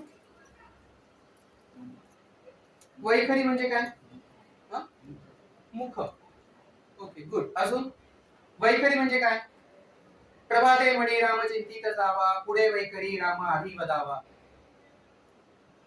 पुढे वैखरी आणि राम आधी असं म्हटलंय कामदासांनी. वैखरी म्हणजे काय? वैखरी म्हणजे काय? जे शब्द माझ्याकडून तुमच्यापर्यंत येत आहेत, जे मी बोलतोय ते म्हणजे वैखरी. आणि यामध्ये ही जी प्रोसेस आहे की sender, encoding, message, channel, receiving, decoding, हे संस्कृत मध्ये काय कशा पद्धतीने म्हटलंय? परा, पश्यंती, मध्यमा आणि वैखरी. या 4 स्टेप्स मधून तुम्ही जाता. परा, पश्यंती, मध्यमा आणि वैखरी. परा म्हणजे एकदम अस्पष्ट, scattered thoughts in your mind. Whatever scattered thoughts comes in your mind, ते जे काही असणार आहे तर ते म्हणजे काय? परा. एकदम एकदम सूक्ष्म स्वरूपामध्ये, एकदम सूक्ष्म स्वरूपामध्ये. बऱ्याचदा असं होतं की जाता जाता आपल्याला एखादा विचार येतो, तो एक जो विचार असेल तर परा. पश्यंती, त्यानंतर तुमच्या डोक्यामध्ये ज्यावेळेस तो थॉट थोडासा क्लिअर होतो त्यावेळेस थोडासा एकदम त्याला जे काही मूर्त स्वरूप येतं. त्यानंतर आहे मध्यमा, म्हणजे तुमचं एक्झॅक्ट ज्यावेळेस तुमचं कॉन्क्रीट सेंटेन्स ज्यावेळेस तयार होतं तुमच्या डोक्यामध्ये की यस मला हे बोलायचंय, हे मला बोलायचंय, येते लक्षामध्ये, तर त्यावेळेस ते काय असतं? मध्यमा. आणि जे तुम्ही बोलता ते काय आहे? वैखरी. येते लक्षामध्ये. आणि मग इंटरव्ह्यू मध्ये ही सगळी प्रक्रिया आपण बोलत असताना होत असते आपली. आपण कंटिन्यू अशा पद्धतीने जात असतो. इतकी लेंदी प्रोसेस ती आहे, इतकी लेंदी प्रक्रिया ती आहे. पण कशी आहे? पण कशी आहे? लेंदी प्रक्रिया जरी असली तरी काय असेल किंवा तुमचं यश अपयश ठरवणारी ती प्रक्रिया आहे. तुम्ही कमी वेळेमध्ये कशा पद्धतीने तुमचे थॉट्स येतात, जसं की मी तुम्हाला आधीच जे 2 एक्झाम्पल दिलेत त्यामध्ये, की कशा पद्धतीने तुमचं एक्सप्लेनेशन तुम्ही करता. तुमच्या जे काही तुमचं इंटरव्ह्यू असेल किंवा लेक्चर असेल किंवा एक्झाम्पल असेल किंवा सायन्स असेल तर तुमचं जे काही केमिकलच्या रिॲक्शन्स असतील किंवा मॅथमॅटिक्स असेल तर मॅथमॅटिक्सचा फॉर्म्युला असेल, काही जे काही असेल ते कशा पद्धतीने तुम्ही ते एक्सप्लेन करता. ज्यांनी पाराचा शोध लावला त्या क्युरी, फार त्यांचं इंटरेस्टिंग एक्झाम्पल आहे. त्यांनी सांगितलं होतं की मला हा जो काही पाऱ्याचा फॉर्म्युला जो सापडला आहे तो स्वप्नामध्ये मला सापडला. हे त्यांचं सेंटेन्स आहे. हे असं का होतं? असं का होतं? जे रामदासांनी म्हटले की प्रभाते मणी राम चिंतित जावा, पुढे वैखरी राम आधी बदावा. राम म्हणजे या ठिकाणी कोणत्याही दैवाचं नाव मला अपेक्षित नाहीये, पण जे काही चांगले थॉट्स तुमच्या मनामध्ये आहे, जे काही तुमचं ध्येय आहे, त्या ध्येयाला अनुसरून जर तुमचे विचार असतील बोलण्याआधी, ते बोलण्याआधी आले पाहिजे, तर तुमचं तुमच्या मुखातून किंवा तोंडातून जो शब्द निघणार आहे तो तितका कॅची असणार आहे, तुमचं यश डिफाईन करणारा असणार आहे. येते लक्षामध्ये. तर ही प्रक्रिया जे काही आहे, तर यामध्ये तुम्हाला अशाच पद्धतीने प्रश्न विचारले जातील की यामध्ये प्रश्न जे असणार आहेत ते खूप साऱ्या स्वरूपाचे असणार आहेत, की यामध्ये एक सिच्युएशन तुम्हाला दिली जाईल. त्या सिच्युएशन तुम्हाला असू शकते की आणि तुम्हाला ठरवावं लागेल की त्यामध्ये सेंडर कोण आहे, चॅनल काय आहे, रिसीव्हर कोण आहे आणि डिकोडिंग कोण करतंय. येते लक्षामध्ये. ऑब्विसली जो डिकोडिंग करणार आहे तो म्हणजे जो रिसीव्हर असणार आहे तोच डिकोडिंग करणार आहे. चॅनल असेल त्यामध्ये एक त्यांनी छोट्या याच्यामध्ये काहीतरी मीडियम दिलेलं असेल ते तुम्हाला स्ट्राईक झालं पाहिजे. ते स्ट्राईक झालं तरच तुम्हाला त्या गोष्टी ज्या आहेत त्या समजणार आहेत की त्यामध्ये चॅनल काय आहे, मीडियम काय आहे. आलं लक्षात. पुढे नेक्स्ट स्लाइड. आता बघा टाइप्स ऑफ कम्युनिकेशन. हे जे काही व्हर्बल कम्युनिकेशन आहे, नॉन व्हर्बल कम्युनिकेशन आहे, व्हिज्युअल आहे आणि रिटन कम्युनिकेशन आहे. व्हर्बल कम्युनिकेशन म्हणजे ज्या वेळेस आपण बोलतो, लिहितो, हा जो सगळा भाग आहे तर हा व्हर्बल कम्युनिकेशनचा भाग आहे. येते लक्षामध्ये. तर साध्या साध्या गोष्टी आहेत, पण ज्या वेळेस जे की मी तुम्हाला सांगितलं की तुम्ही प्रक्रिया ज्या वेळेस वापरणार आहात, की ज्या वेळेस तुम्ही कशा पद्धतीने विचार करून कोणती प्रक्रिया किंवा कोणती प्रोसेस टाइप्स ऑफ कम्युनिकेशनच्या कोणत्या माध्यमामध्ये आहे हे तुमच्या लक्षात आलं पाहिजे. आता जे काही व्हर्बल कम्युनिकेशन आहे तर त्यामध्ये मोस्ट प्रोबॅबली हे जे काही असतं ते ऍक्टिव्ह कम्युनिकेशन आहे. हे ऍक्टिव्ह कम्युनिकेशन आहे. नॉन व्हर्बल कम्युनिकेशन मध्ये बॉडी जेस्चर तुमची असते, बॉडी लँग्वेज तुमची असते, तुमचे इमोजी पण असू शकतात. येते लक्षामध्ये. हे जे काही आहे ते नॉन व्हर्बल कम्युनिकेशन मध्ये येते. आणि त्याचबरोबर ज्यावेळेस तुम्ही व्हर्बल कम्युनिकेशन असं म्हणतात तर त्यामध्ये तुमचं जे काही बोलणं असणार आहे, तुमचे संवाद साधण्याची जी काही प्रक्रिया असणार आहे, संवाद असणार आहे, त्यानंतर तुम्ही जे काही कम्युनिकेट करण्यासाठी माध्यम वापरणार आहात ते सगळं व्हर्बल कम्युनिकेशनचा भाग असणार आहे. लाईव्ह कम्युनिकेशन ज्याला आपण म्हणतो त्यामध्ये मग तुमचं व्हिडिओ कॉन्फरन्सिंग आलं, आयसीटी आलं, परत क्लासरूम लेक्चर्स आले, युट्यूब आलं, त्यानंतर परत जे काही असणार आहे की ज्या माध्यमातून तुमचा आणि शब्दांचा संवाद होतोय ते सगळं काय असणार आहे व्हर्बल कम्युनिकेशनचं जे काही स्वरूप असणार आहे ते ते त्या पद्धतीचं असणार आहे. आणि यापुढे तुम्ही ही लिस्ट ऍड करायची की व्हर्बल कम्युनिकेशन मध्ये तुम्ही काय टाकणार, नॉन व्हर्बल कम्युनिकेशन मध्ये तुम्ही काय टाकणार, त्यानंतर व्हिज्युअल जे काही आहे तर त्या व्हिज्युअल म्हणजे जे काही आपण बघतो तर ते कशा पद्धतीचं तुम्ही टाकणार आहात किंवा ते कशामध्ये तुम्ही टाकणार आहात. आपल्यामध्ये ज्यावेळेस आपण बघतो त्यावेळेस बऱ्याचदा की नाटकाच्या स्वरूपातून आपण माहिती घेत असतो, एखाद्या सिनेमाच्या माध्यमातून आपण माहिती घेत असतो. तर हे सगळं काय आहे त्यामधून आपल्याला काहीतरी माहिती मिळत असते, ज्ञान मिळत असतं, आयडियाज मिळत असतात, इन्फॉर्मेशन मिळत असते. ओके.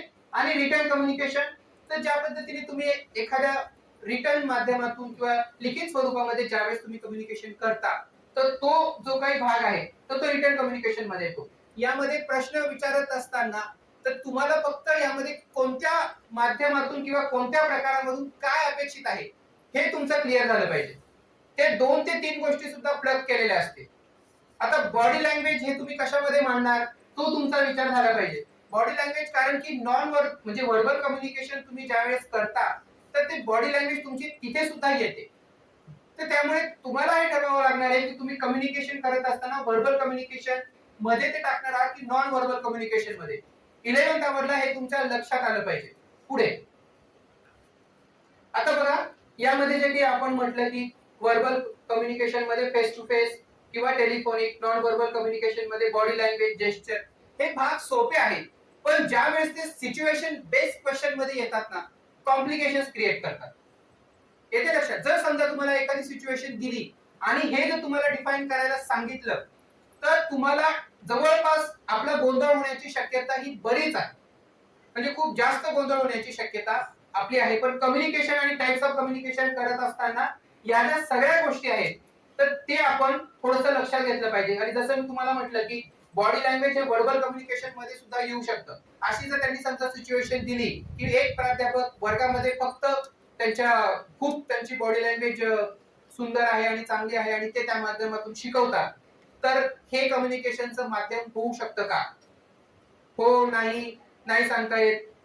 Situation based question. कारण काय ते कम्युनिकेशनचा भाग तो आहे पण ते नॉन व्हर्बल कम्युनिकेशन मध्ये येतं की नॉन व्हर्बल कम्युनिकेशन मध्ये येतं हा मुद्दा त्या ठिकाणी आपल्याला बघावा लागणार आहे. पुढे आणि जे काही मी तुम्हाला म्हटलं की ब्रिटन याच्यामध्ये बुक्स आहे, मॅगझिन्स आहे, ईमेल आहे, या पद्धतीने ग्राफ्स, चार्ट्स जे काय आहे ते व्हिज्युअल माध्यम आहे आणि यामध्ये तुम्हाला यांची नावं तुम्हाला माहिती पाहिजे. आता चार्ट जे आहे तर असं असू शकतं की एखादा चार्ट म्हणजे बेसिकली सायन्सच्या लोकांनाही माहिती असतं पण आर्टच्या लोकांना चार्ट किंवा ग्राफ्स या गोष्टी थोड्या माहिती नसतात.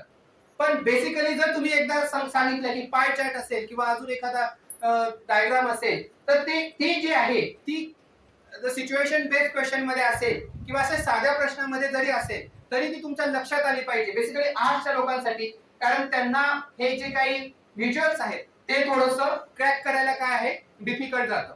येथे लक्षामध्ये त्यामुळे आर्ट्सचे जे लोक आहेत आणि थोडे कॉमर्सचे पण त्यामध्ये तुम्हाला कशा पद्धतीने तुम्ही ग्राफ्स जी काही नावं आहेत, जी काही चार्ट्स आहेत किंवा मॅप्स आहेत तर हे तुम्ही कशा पद्धतीने शिक्षणाचं माध्यम होऊ शकतं, त्यांची नावं काय आहेत, कोणत्या प्रकारचे चार्ट्स आहेत, ग्राफ काय भानगड आहे, हे ते घरी ग्राफिंग करत असताना काय बघितलं जातं किंवा काय केलं जातं हे सुद्धा तुमचं या बेस मध्ये किंवा यावर तुम्हाला प्रश्न येऊ शकतात.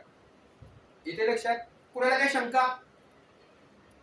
पुढे आता बघा यामध्ये कॅरेक्टरिस्टिक्स ऑफ कम्युनिकेशन म्हणून आधी म्हणजे स्लाइड दाखवण्या आधीच मी तुम्हाला बऱ्याचशा गोष्टी ज्या आहेत त्या क्लिअर केलेल्या आहेत आणि यामध्ये तुम्हाला फक्त काही गोष्टी कॉन्सेप्च्युअली लक्षात ठेवायच्या आहेत जेणेकरून तुमचा परीक्षेमध्ये गोंधळ होणार नाही. म्हणून मी एकदम सिंपल स्लाइड केलाय. जे काही बेसिक आहे ते तुमच्या लक्षात आलं ना की आन्सर तुम्ही तुमचा विचार करून देऊ शकता. येथे लक्षात आता कॅरेक्टरिस्टिक्स ऑफ कम्युनिकेशन असं ज्यावेळेस तुम्ही म्हणता तर त्यामध्ये काय आहे 2 or more पर्सन असले पाहिजेत की नाही येथे लक्षात. पण एकच माणूस संवाद साधू शकतो का? एकच माणूस असेल तर तो बोलू शकतो का किंवा संवाद साधू शकतो का? संवादामध्ये किती लोक अपेक्षित आहेत? किती लोक अपेक्षित आहेत संवादामध्ये? 2 किंवा 2पेक्षा जास्त ते लिहिलेलंच आहे त्या ठिकाणी. येते लक्षामध्ये. तर जोपर्यंत अशा पद्धतीने 2 लोक एकत्र येत नाही तोपर्यंत काय आहे संवाद होत नाही. आणि मग हे 2 म्हणजे गरजेचं नाही की ते 2च असले पाहिजेत असं. येते त्यामध्ये काय असणार पाहिजे? कम्युनिकेटर असला पाहिजे आणि एक कम्युनिकेटी असला पाहिजे. एक मेसेज देणारा असला पाहिजे आणि एक मेसेज घेणारा असला पाहिजे. पुढे त्यानंतर बघितलं आपण की म्युच्युअल अंडरस्टँडिंग. म्युच्युअल अंडरस्टँडिंग त्या ठिकाणी म्युच्युअल अंडरस्टँडिंग शब्द वापरलेला आहे पण तो कोणत्या संदर्भात आहे? म्युच्युअल अंडरस्टँडिंग तुम्ही कशाच्या संदर्भात घेणार? कॉन्टेक्स्टच्या संदर्भामध्ये. तो म्युच्युअल अंडरस्टँडिंग तुमची कशाच्या संदर्भामध्ये असली पाहिजे? जर फर्स्ट पेपरचा विषय चालू आहे या ठिकाणी तर ऑब्विसली तुमचं बोलणं, तुमची विचार करण्याची प्रक्रिया, ती जी प्रोसेस आहे तर ती सगळी कशा पद्धतीने असली पाहिजे? कॉन्टेक्स्ट वर असली पाहिजे किंवा म्युच्युअल अंडरस्टँडिंग वर तुमची असली पाहिजे. म्हणजे तुमचं म्युच्युअल अंडरस्टँडिंग हे त्या बेस्ड वर आधारित पाहिजे. येते लक्षामध्ये. जर समजा वर्गामध्ये जर समजा एखाद्या मुलाने तुम्हाला कॉन्टेक्स्ट च्या फटके थोडासा प्रश्न विचारला तर तुम्ही त्याचं उत्तर द्याल की नाही? समजा तुम्हाला तुमचा एखादा विषय असेल आणि त्या विषयाला अनुसरूनच एखादा प्रश्न पण जो त्या कॉन्टेक्स्टशी रिलेटेड नाहीये तो जर विचारला तर तुम्ही त्याचं उत्तर द्याल का नाही देणार? किती लोक उत्तर देतील त्याचं की यस मी सांगतो असं किती लोक म्हणतील? संदर्भ तो नाहीये. येते लक्षामध्ये. विषय दुसरा चालू आहे. त्या माणूस शिकवतो आहे संस्कृत आणि मुलगा प्रश्न विचारतोय इकॉनॉमिक्सचा. संस्कृतच्या प्राध्यापकाने ते उत्तर द्यावं की न द्यावं?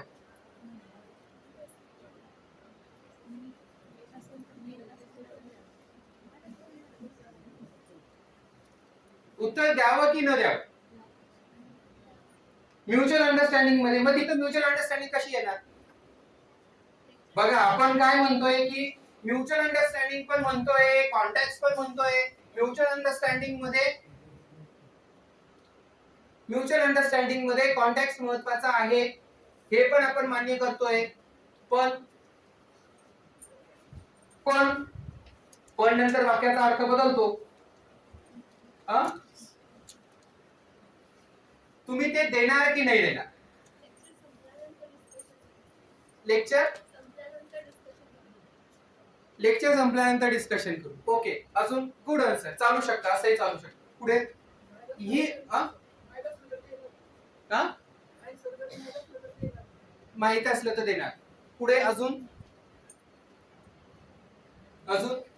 संस्कृतचा लेक्चर चालू आहे आणि इकॉनॉमिक्सचा प्रश्न विचारला तर तरचा प्रश्न चालू. जसं मॅडमने सांगितलं आता, या मॅडम बोलल्या ही म्युच्युअल अंडरस्टँडिंग आहे ना तुमची, की बाळा मी तुला आता आपण हे लेक्चर संपवू, हे लेक्चर संपलं की त्यानंतर आपण बोलतो. ही म्युच्युअल अंडरस्टँडिंग नाहीये का? याला तुम्ही म्युच्युअल अंडरस्टँडिंग म्हणणार नाही का? तुम्ही बोलताय पण यामध्ये बोलत असताना, म्हणून मी तुम्हाला म्हटलं की हे जे 2-2, 3-3 जे काही शब्दांचे जे काही वाक्य आहेत ते फार मॅटर करतात ज्यावेळेस तुम्ही हा सगळा भाग बघता. आता ऑब्विसली हे तर सर्वश्रुत आहे, म्हणजे सगळ्यांना माहिती आहे की प्रश्न विचारल्यानंतर जे काही आन्सर असेल ते देणं अपेक्षित आहे, ते दिलं पाहिजे. पण मग म्युच्युअल अंडरस्टँडिंगने तुम्ही तो नंतर देऊ शकता की नाही? चालणार आहे की नाही? असं चालणार आहे, कसं चालू शकतं. येते लक्षामध्ये? तर ते mutual understanding. Direct and indirect communication. Direct and indirect communication. Indirect communication मध्ये तुम्ही काय घ्याल की एखाद्या विद्यार्थ्याने असाइनमेंट दिलेली नाहीये पण त्याला न बोलता ज्या विद्यार्थ्याने दिली आहे त्याला बोलायचं, हे इनडायरेक्ट कम्युनिकेशन आहे का? किंवा एखादी विद्यार्थी, तुम्ही समजा प्राध्यापक आहात आणि एखादी विद्यार्थी फार असा उद्धट असेल म्हणा किंवा एरोगंट असेल, अग्रेसिव्ह असेल आणि त्याने असाइनमेंट दिलेली नाही आणि मग तुम्ही वर्गामध्ये एखाद्या विद्यार्थ्याला सांगते की तो असाइनमेंट दिलेली नाही, लवकर जमा कर. हे असं चालणार आहे का? डायरेक्ट आणि इनडायरेक्ट कम्युनिकेशन चालेल की नाही चालणार? चालेल का नाही चालणार? तुम्ही ते कम्युनिकेशन मांडणार की नाही मांडणार? किती लोक मानतील ते कम्युनिकेशन? बघा लॉजिकल आहे की नाही? Yes, that is communication. इथे प्रश्नच नाहीये की तो मुलगा कसा आहे. तुम्ही वर्गामध्ये आहात, तुम्ही इंडिव्हिज्युअल विचार का करताय? वर्गामध्ये तुम्ही जनरली सूचना द्यायची आहे. येते लक्षामध्ये की इनडायरेक्टली त्याला कळणार आहे. पण घोळ कुठे झाला आपला? घोळ कुठे झाला? मी सिच्युएशन टाकली आणि तुम्ही गोंधळून गेला की काय करताय किंवा काय करायचं. प्रश्न किती सोपा आहे की डायरेक्ट आणि इनडायरेक्ट कम्युनिकेशन कसं आहे किंवा काय.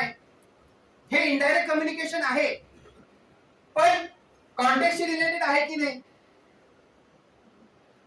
तुम्ही काय त्याला असं नाही म्हणत की पार्टी करायला जाऊ किंवा बाहेर आपण खेळायला जाऊ किंवा कॅन्टीन मध्ये जाऊ किंवा लेक्चर नको करू किंवा नंतर भेटू किंवा काय करू, असं जे काही इररिलेव्हंट आहे ते तर तुम्ही बोलत नाहीत ना.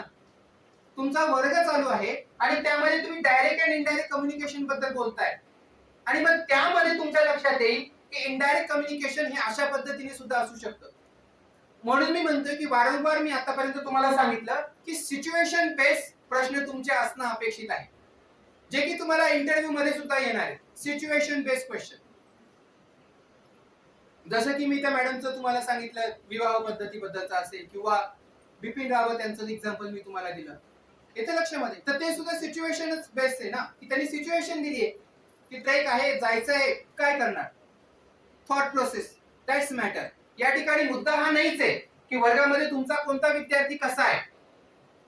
तुमचं कर्तव्य काय आहे, मी इथिकल कॉन्टेक्स्ट सुद्धा सांगितलं होतं त्यामध्ये, की तुम्ही इथिकली कशा पद्धतीने तुम्ही सगळ्यांना कॉमन सूचना वर्गामध्ये देताय. त्यामुळे हा मुद्दा कुठून आला की कोणता मुलगा कसा आहे आणि कोणता मुलगा कसा नाही, हा प्रश्नच नाहीये तुमचा.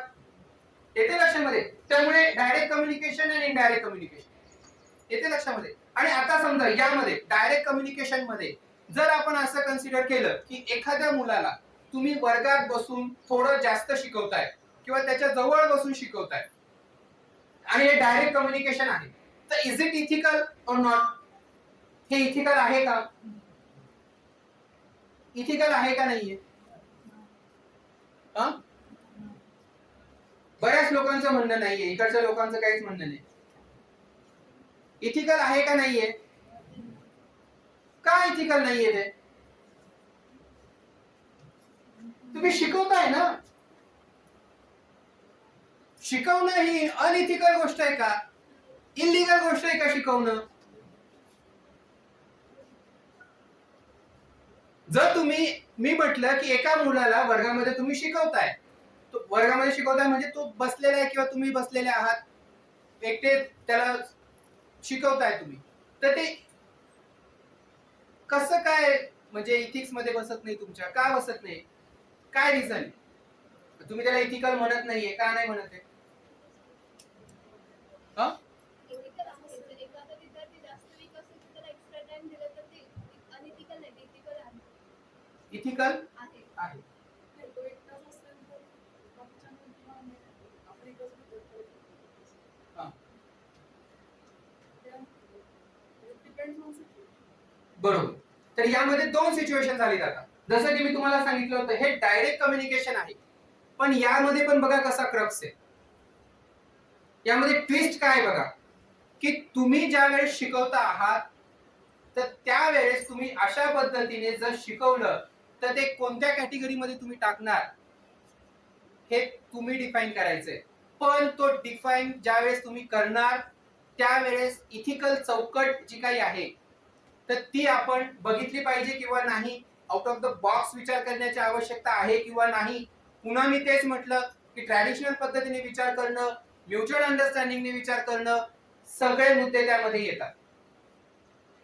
आणि म्हणून हा प्रश्न मी तुम्हाला का विचारला कारण की नॅकने एक हे दिलाय मॉड्यूल म्हणून किंवा एक भाग आहे नॅकचा की स्लो अँड ऍडव्हान्स लर्नर.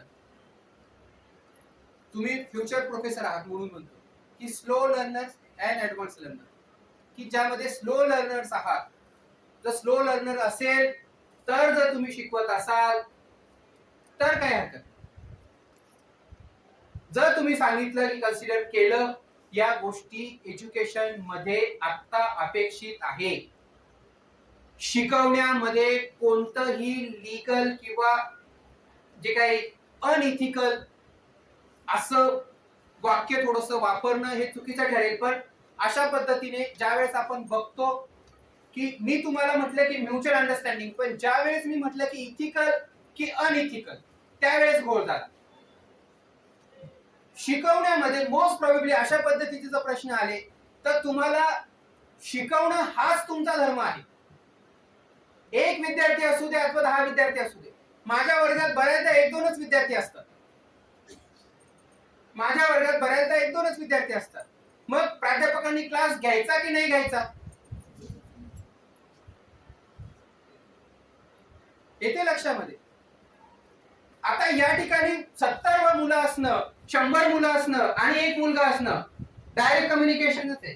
जसं मी तुम्हाला आधी सांगितलं की इनडायरेक्ट कम्युनिकेशन पण सिच्युएशन वेगळी केली. आता ज्यावेळेस मी तुम्हाला सांगितलं की डायरेक्ट कम्युनिकेशन सिच्युएशन वेगळी केली. येते लक्षामध्ये. तर ह्या आपल्या कॉन्सेप्च्युअल प्रोसेस ज्यावेळेस क्लिअर होत नाही तोपर्यंत आपल्याला जे काही इथिकल भाग आहे, इथिकल भाग हा थोडासा बाजूला ठेवायचा पेपर देताना, तो डोक्यामध्ये ठेवायचा. येते लक्षात. पण तो पेपर मध्ये नाही घेऊन जायचा मोस्ट प्रोबेबली बऱ्याचदा. कारण तुम्हाला जे काही तुमच्या बऱ्याचदा तत्वज्ञानामध्ये असं म्हणतात की जे काही अनिती असेल किंवा जे काही वाईट असेल ते तुम्ही कशावरून ठरवणार की ते वाईट आहे. कशावरून ठरवणार ते वाईट आहे. एखादी गोष्ट समजा वाईट आहे, 12:30 झाले तरी सर अजून थांबत नाही म्हटल्यानंतर वाईट गोष्ट आहे. वाईट आहे की नाही. आता मी काय विचार केला पाहिजे या ठिकाणी, इथिकल विचार केला पाहिजे की माझं हे संपवलं पाहिजे. बरं ते नाही, मी काय म्हणत होतो की कशा पद्धतीने तुम्ही या प्रक्रियेमध्ये विचार करणार. सिच्युएशन. तर ज्या वेळेस तुम्ही विचार करता, काय मुद्दा मांडत होतो तुम्ही, काय म्हणत होतो. तर ज्यावेळेस अनिती आणि नीती किंवा चांगलं आणि वाईट असं ज्यावेळेस ठरवण्याचा मुद्दा येतो त्यावेळेस तुम्ही कसं ठरवणार. मॅडम म्हणतायत सिच्युएशन, पण जर वाईटच सिच्युएशन असेल तर नळो वा कुंजरो वा हा भाग ऐकलाय का तुम्ही. ऐकला असेल तर त्यामध्ये काय आहे की दुर्योधन हे याला विचारलं जातं धर्मराज युधिष्ठिरला की आता जो अश्वत्थामा गेला इकडनं तू पाहिला का. तर त्याला तो खरंच अश्वत्थामा गेलेला असतो आणि त्या वेळेस जर अश्वत्थामाला त्यांनी पकडलं असतं तर त्या ठिकाणी मारला गेला असता अश्वत्थामा. म्हणून तो म्हणतो की अश्वत्थामा इकडनं गेला हे मला कळलं, पण तो माणूस होता का हत्ती होता हे मला माहिती नाही. नरोबा कुंजरोबा सारखी परिस्थिती त्या पद्धती. मग आता सिच्युएशन म्हणताय तुम्ही की नीती आणि अनिती कशावरून ठरणार? चांगल्यावरून वाईट ठरणार की वाईटावरून चांगलं ठरणार?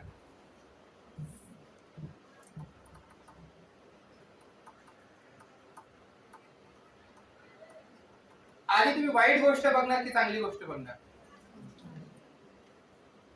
तत्वज्ञान म्हणतं वाईट. की जे तुम्ही आधी ठरवा. कोणी सांगितलं? जे तुमचं जे काही वाईट आहे, येते लक्षामध्ये, जे काही वाईट आहे, जे काही इलिगल आहे, तर ते मी तत्वज्ञान शब्द वापरलाय बरं का, कायदा शब्द वापरलेला नाहीये. जे काही वाईट आहे, जे काही हे आहे, जे काही चुकीचं आहे, त्याच्या अगेन्स्ट जे असणार आहे, किंवा तुम्ही हे कसं ठरवणार ना की काय वाईट आहे आणि काय चांगलं आहे, येते लक्षामध्ये. तर ही जी काही प्रक्रिया आहे ती अतिशय गुंतागुंतीची आहे. आणि इथिकल ज्यावेळेस प्रश्न येतो, इथिकल असा शब्द आला किंवा इथिक्स असा शब्द आला, आपण इतक्या जोरात विचार करायला लागतो, भयंकर आपलं म्हणजे जे काही विचारांची जी काही दिशा असते ती बऱ्याचदा खूप वेगाने आपण विचार करायला लागतो त्या प्रक्रियेमध्ये, इथिकल ज्यावेळेस येतो त्यावेळेस. पण तुम्ही या पेपरचा विचार करत असताना कम्युनिकेशन तुमचं झालं पाहिजे, ते इफेक्टिव्ह झालं पाहिजे, विद्यार्थ्यापर्यंत पोहोचलं पाहिजे आणि तुम्ही विद्यार्थ्यापर्यंत पोहोचलं पाहिजे, हे या गोष्टीमध्ये महत्वाचं आहे. त्यामध्ये तुम्ही आउट ऑफ द बॉक्स जाऊन थोडासा विचार केला तर चालेल, पण पेपरमध्ये तसं चालणार नाही. पेपरमध्ये जर समजा सिच्युएशन आता ज्या आपण डिस्कस केल्या त्या आल्या, जसं की मी तुम्हाला डायरेक्टचं एक्झाम्पल देताना सांगितलं की जर 1 to 1 करस्पॉन्ड असेल तर चालणार आहे, ते चालणार आहे. इथे लक्षामध्ये जी सिच्युएशन आपण इनडायरेक्ट मध्ये बघितली तर ते त्यामध्ये तो भाग त्यामध्ये येतो की जर एखाद्या मुलाने असाइनमेंट दिली नसेल, इथे लक्षात सिच्युएशन बदलल्यानंतर आपण कशा पद्धतीने विचार करायला लागतो ते बघा. त्यानंतर दुसरा जो काही मुद्दा आहे continuous communication, use of common language, हे सगळ्यात महत्त्वाचं आहे. जे मी तुम्हाला आधी सांगितलं की मी आता चायनीज बोलायला लागलो किंवा संस्कृत बोलायला लागलो किंवा हिंदी बोलायला लागलो, साधा इंग्रजी जरी आपण बोललो तरी कम्युनिकेशन काय आहे, इफेक्ट मध्ये किंवा त्यामध्ये तेवढं इफेक्टिव्ह कम्युनिकेशन होऊ शकत नाही. इथे लक्षात. बॅरियर्स पुढे. आता हे जे काही आहे ते लँग्वेज बॅरियर्स आहेत त्यामध्ये की अर्थ किंवा कशा पद्धतीने यामध्ये अडथळे येतात कम्युनिकेशन मध्ये, येत्या लक्षामध्ये. तर त्यामध्ये लँग्वेज बॅरियर आहे, फिजिकल बॅरियर आहे, इमोशनल आहे, कल्चरल आहे. कल्चरल हे कसं बॅरियर असू शकतं बरं? लँग्वेज एक ठीक आहे, पण कल्चर कसं बॅरियर असू शकतं की ज्यामुळे तुमचं कम्युनिकेशन म्हणा किंवा एज्युकेशन म्हणा किंवा तुमचं शिक्षण हे यामध्ये खंड पडेल, हे कसं असू शकतं? कल्चरल बॅरियर का म्हटलंय? टेक्नॉलॉजिकल बॅरियर पण आपण समजू शकतो, organisational structure, attitude barrier, assumption we can consider it as a barrier. But what about cultural barriers? How you can define cultural barriers? Cultural कसं काय बॅरियर असू शकतं? बाकीचे सब तुम्हाला लक्षात येतील, पण कल्चरल कसं, कल्चरल बॅरियर असू शकतं का? कल्चरल बॅरियर असू शकतं का? आताच्या करंट सिच्युएशनच्या अनुषंगाने फार महत्वाचा मुद्दा आहे की कल्चरल बॅरियर असू शकतं का? करंट सिच्युएशनचा मुद्दा आहे. कल्चरल बॅरियर असू शकतं का? असेल तर कसं? कल्चरल बॅरियर तुम्ही कसं म्हणणार की कल्चर सुद्धा कम्युनिकेशन मध्ये बाधक ठरू शकतं? डिफाईन करा, कसं करणार?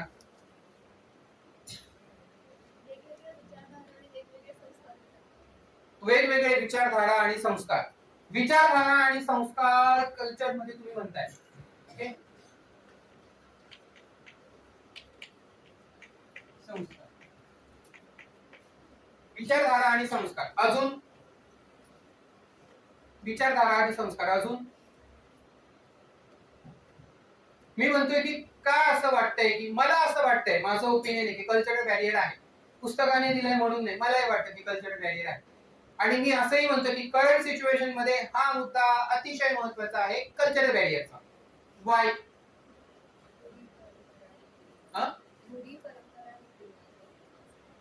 रूढी, परंपरा, रीतिरिवाज. पण जर तुम्ही धर्मनिरपेक्ष राष्ट्र आहात, धर्मनिरपेक्ष तुमची संस्था आहे, मग अशामध्ये तो विचार आला पाहिजे का? आला पाहिजे का? कळते तुम्हाला लॉजिक कळतंय कल्चरल बॅरियरचं? मी का तो प्रश्न उपस्थित केला? बाकीचं तुम्हाला समजेल. एखाद्या प्राध्यापकामध्ये ऍटिट्यूड असतो, हा मला नाही शिकवायचं किंवा मी अशाच पद्धतीने शिकवणार आहे. विद्यार्थ्यांसाठी आम्ही वर्गात येणारच नाही. आमच्या आर्ट्स मध्ये विद्यार्थी येतच नाही वर्गामध्ये. त्यांनी ठरवून दिलेलं आहे की बघू तुमच्या प्राध्यापकांमध्ये किती तुम्ही फोर्स करून आम्हाला बोलवता. आम्ही येणार चॅलेंज आहे, तुम्ही वर्गात बसवून दाखवा, बोलवून दाखवा आम्हाला. बॅरियर. पण आता याच्यामध्ये कल्चरल बॅरियर आपण म्हणतो.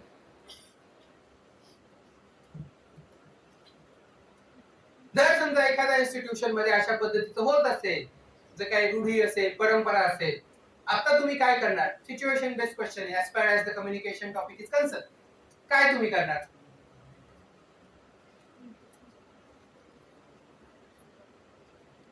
काय तुम्ही करणार? तुम्हाला संविधानाची मूल्य पण सांभाळायची, तुम्हाला कल्चरल पण सांभाळायचंय. काय तुम्ही करणार? कल्चरल बॅरियर आहेत का?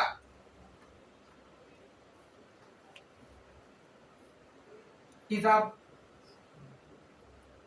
थोडी व्यासपीठाची माफी मागून म्हणतो, पण हिजाब किंवा आत्ताच्या सिच्युएशन मध्ये ज्यावेळेस आपण या सगळ्या ज्या काही सिच्युएशन बघतोय, तर यामध्ये कल्चरल थोडस बॅरियर त्यामध्ये येतंय.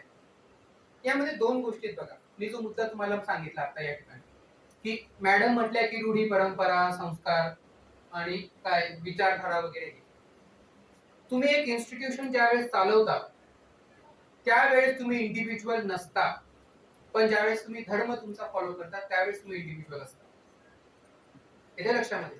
मग यामध्ये तुम्हाला जो काही इथे आता काय आहे, पुन्हा इथं द्विधा मनस्थिती आहे, प्राध्यापकांसाठी पण आणि विद्यार्थ्यांसाठी पण. आणि म्हणून तो मुद्दा बॅरियर्स मध्ये आलेला आहे की यामुळे कम्युनिकेशन होऊ शकतं. बऱ्याचदा असं होतं की आपण थोडे बायस होतो का?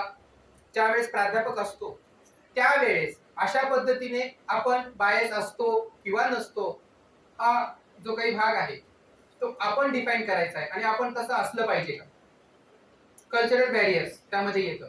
विद्यार्थ्यांमध्ये जर समजा असं वाटत असेल एखाद्या विद्यार्थ्याला की मी या कॅटेगरी मधला आहे किंवा मी या समूहामधला आहे किंवा मी ही विचारधारा फॉलो करतो म्हणून मला कमी मार्क्स मिळाले किंवा असं झालं किंवा तसं झालं, हेच मी करणार, तेच मी करणार, असं ज्या वेळेस होत असेल त्यावेळेस त्यामध्ये डझंट मॅटर. आता या ठिकाणी हा मुद्दा नाही की ते चुकीचं आहे का बरोबर आहे.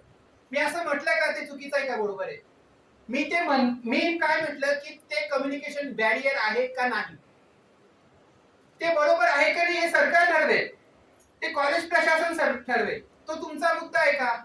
मुद्दा फक्त काय, मी काय म्हणतोय की तुमचं कम्युनिकेशन इफेक्ट होतंय की नाही. एखादा मुलगा जर अशा पद्धतीने त्याची विचारधारा सांगत असेल, तुम्ही तुमची विचारधारा सांगत असाल, कम्युनिकेशन डिस्टर्ब होतंय की नाही? होतंय. म्हणून तो कल्चरल बॅरियर हा मुद्दा आलाय. पण त्यामध्ये सुद्धा चुकीचं की बरोबर हा प्रश्न नाहीये. तुमचं मत काय आहे, तुम्हाला तुमचा विषय त्याला सांगायचा आहे, तुमची विचारधारा त्याला सांगायची नाही. कळतंय मी काय म्हणतोय? तुम्ही कोणत्याही विचारधाराचे असा, तुम्ही कोणतेही संस्कार फॉलो करत असा, तुम्ही कोणत्याही धर्माचे आहात, तो प्रश्न आहे का त्या ठिकाणी?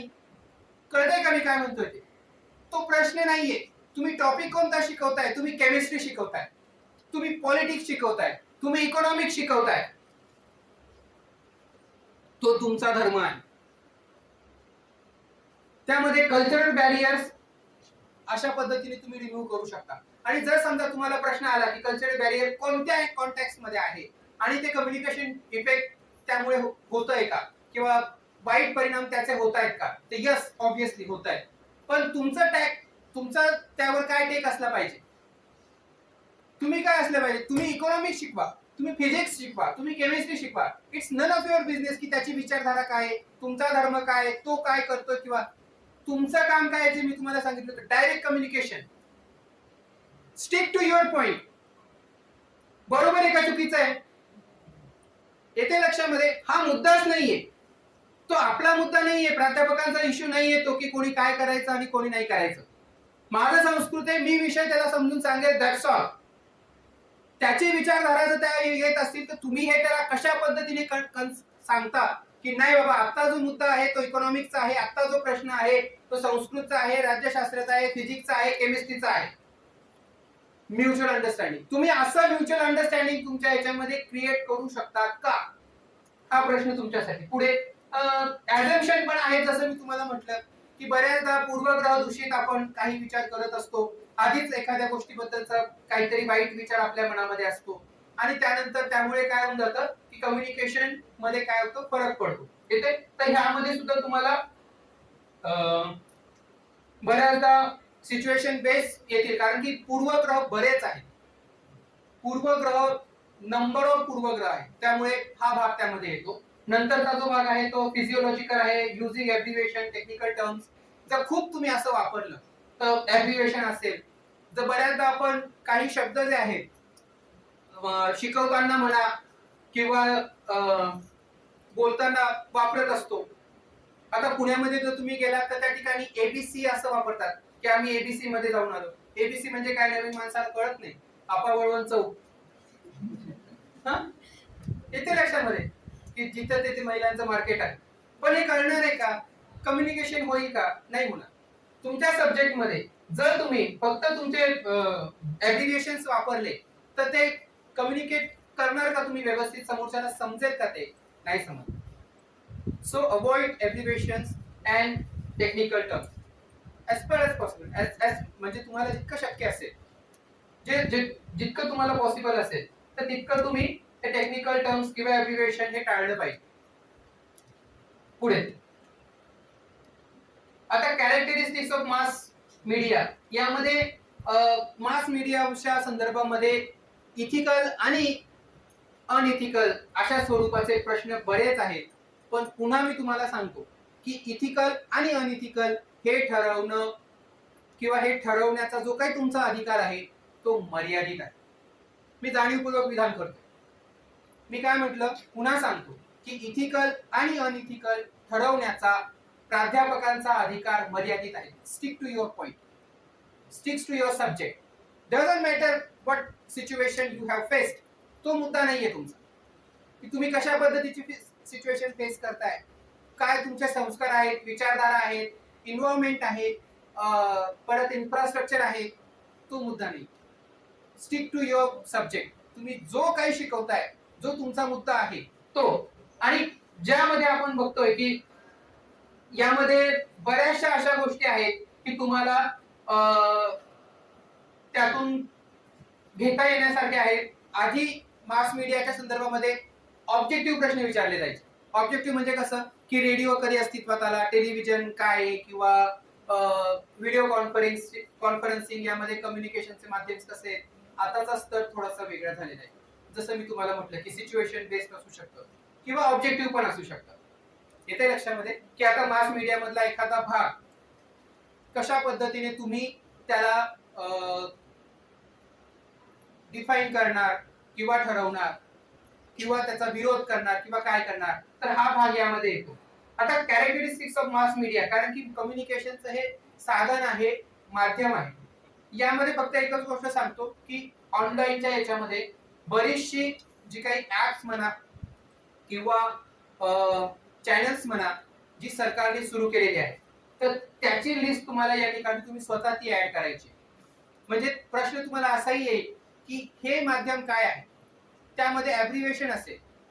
आता आयसीटी असेल, एकदा तर नेटला आयसीटीचाच प्रश्न विचारला होता की आयसीटी म्हणजे काय, आयसीटी म्हणजे काय, हा प्रश्न विचारला होता. एका एक्झाम मध्ये मूक्सचा फुल फॉर्म विचारला होता. MOOCs, MOOCS, massive online open जे काही कम्युनिकेशन आहे, तर ते त्या पद्धतीत मूक्स येत्या लक्षामध्ये. तर अशा पद्धतीचे सुद्धा प्रश्न येऊ शकतात. आणि पुन्हा एक मुद्दा आहे, जे सायन्सचे आहेत आणि त्यांना खरंच क्वालिफाईड व्हायचं असेल तर त्यांनी सेटला प्रेफरन्स द्यावा, जेणेकरून तुम्हाला पहिल्या पेपरमध्ये अधिक मार्क्स मिळतील आणि दुसऱ्या पेपरमध्ये जो काही तुमचा सब्जेक्ट रिलेटेड आहे, क्वालिफाय साठी म्हणतोय मी, तुम्हाला जर व्यवस्थेमध्ये यायचं असेल तर prefer set rather than net. Okay, सायन्सचं बॅकग्राऊंड असेल तर. आणि सब्जेक्ट आणि जे काही कंटेंट आहे 2 पेपरचं, तो विषय माझा नाहीये म्हणून मी त्यावर बोललो नाही, पण कदाचित पुढच्या वेळेस आपण त्यावर बोलू. पण त्यामध्ये थोडासा विचारपूर्वक तुम्ही निर्णय घ्यायचा आहे. जर तुम्हाला वाटत असेल की मला टीचिंग करायचं आहे तर तुम्ही सेट प्रिफर केलं पाहिजे. आणि जर तुम्हाला वाटत असेल की मला रिसर्च करायचा आहे तर मग तुम्ही नेट न करता डायरेक्ट JRF चा विचार केला पाहिजे. Net JRF junior research fellowship. Okay, हा भाग त्यामध्ये आहे. सो तुमची चॉईस सुद्धा या ठिकाणी मॅटर करते की तुम्ही कशा पद्धतीने तुमची चॉईस ठेवणार आहात. Okay, influence society, mass media त्यामुळे निश्चितपणे प्रभावित झाली आहे सोसायटी. आणि हा फार महत्वाचा इश्यू आहे, की इश्यू आहे. कशा पद्धतीने ही सोसायटी इन्फ्लुएन्स होते तर त्याचा सुद्धा प्रश्न आपल्याला पडू शकतो. नंतर पुढे नेक्स्ट अरे संपलं. ओके, तर अशा पद्धतीचं आहे की या सगळ्या ज्या काही गोष्टी आहेत, म्हणून मी स्लाइड एकदम भरभक्कम जी नेटवर माहिती आहे ती टाकलीच नाहीये त्या ठिकाणी. येत्या लक्षामध्ये तुम्ही त्या गोष्टी त्या याच्यामध्ये बसवा आणि ठरवा. ओके, काही शंका, काही प्रश्न? नेक्स्ट वेळ ज्यावेळेस आपण लेक्चर घेऊ त्यामध्ये अजून आपल्याला विस्तृत बोलता येईल, त्यामुळे पुढच्या वेळेस आपण बाकीच्या राहिलेल्या गोष्टी क्लिअर करू. ओके, सगळ्यांचे आभार. तुम्ही ऐकून घेतलं छानपणे आणि मला प्रश्न नाही विचारला. आता बघा, हे इथिकल आहे का अनइथिकल आहे? प्रश्न न विचारला त्याबद्दल मी आभार मानले तुमचा. ओके, लेट इट बी असं. चला, एका नाही या कोणीतरी आभार माना. कोण म्हणतंय? संपलं lecture.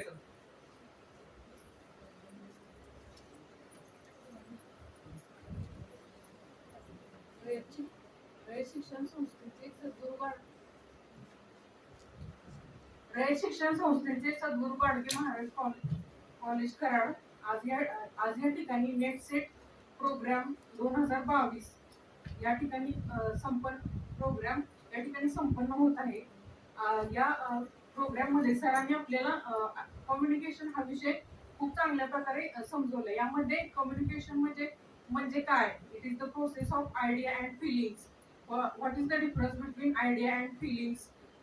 Then types of communication, verbal communication and non verbal communication ही माहिती आपल्याला दिली. त्याबद्दल सरांचे आभार. त्याचबरोबर तुम्ही हा कार्यक्रम सगळ्यांनी चांगल्या प्रकारे ऐकून घेतला त्याबद्दल तुमचे आभार. आणि हा सगळ्यांच्या वतीने हा कार्यक्रम संपला असं मी जाहीर करतो.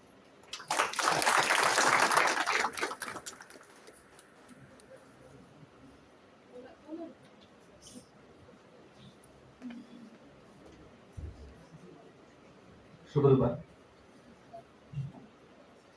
माननीय महाविद्यालयाचे प्रेरणास्थान आदरणीय प्राचार्य मोहन राजमाणे सर, आपल्या सेटनेट दर्शनाचे कोऑर्डिनेटर वनभट्टे सर आणि आजचे प्रमुख वक्ते निकम सर. खरं तर आजचं चौथं पुष्प विणलं गेलं. जबरदस्त, म्हणजे वेळ खरं तर सरांना पुरा पडला. आणि क्षीरसागराची उपमा देतो, कारण म्हणजे कसं सागर म्हणत नाही नुसता, कारण क्षीर का म्हणतोय तर ते दूध हे अमृता समान असतं. आणि सरांनी जे ज्ञानामृत आपल्याला पाजलंय त्याची तोड कशालाच करता येत नाहीये, इतकं ते जबरदस्त आहे. आतापर्यंत तिन्ही लेक्चर मध्ये सरांचं लेक्चर आउटस्टँडिंग, खूप खूप सुंदर लागलं. आणि असंच आम्हाला मी सरांना एक विनंती करेन की सारखं तुमचं असं लेक्चर व्हावं, आम्हाला तुमचं सारखं मार्गदर्शन मिळावं आणि आम्ही यशाची शिखराची वाटचाल आम्ही करत राहू. हीच तुमच्या विनंती असेल आमची, सगळ्यांतर्फे माझी. आणि आपण या कार्यक्रमाला सगळेजण उपस्थित राहिलात त्याबद्दल तुमचं आभार. वेळ होऊन सुद्धा इतक्या सहजतेने आपण अतिशय लक्ष देऊन लक्षपूर्वक सगळा कार्यक्रम पाहिला त्याबद्दल खरंच तुमचे आभार. पुन्हा एकदा मी सरांचे आभार मानतो आणि हा सरांच्या परवानगीनं हा कार्यक्रम संपला असं जाहीर करतो. धन्यवाद.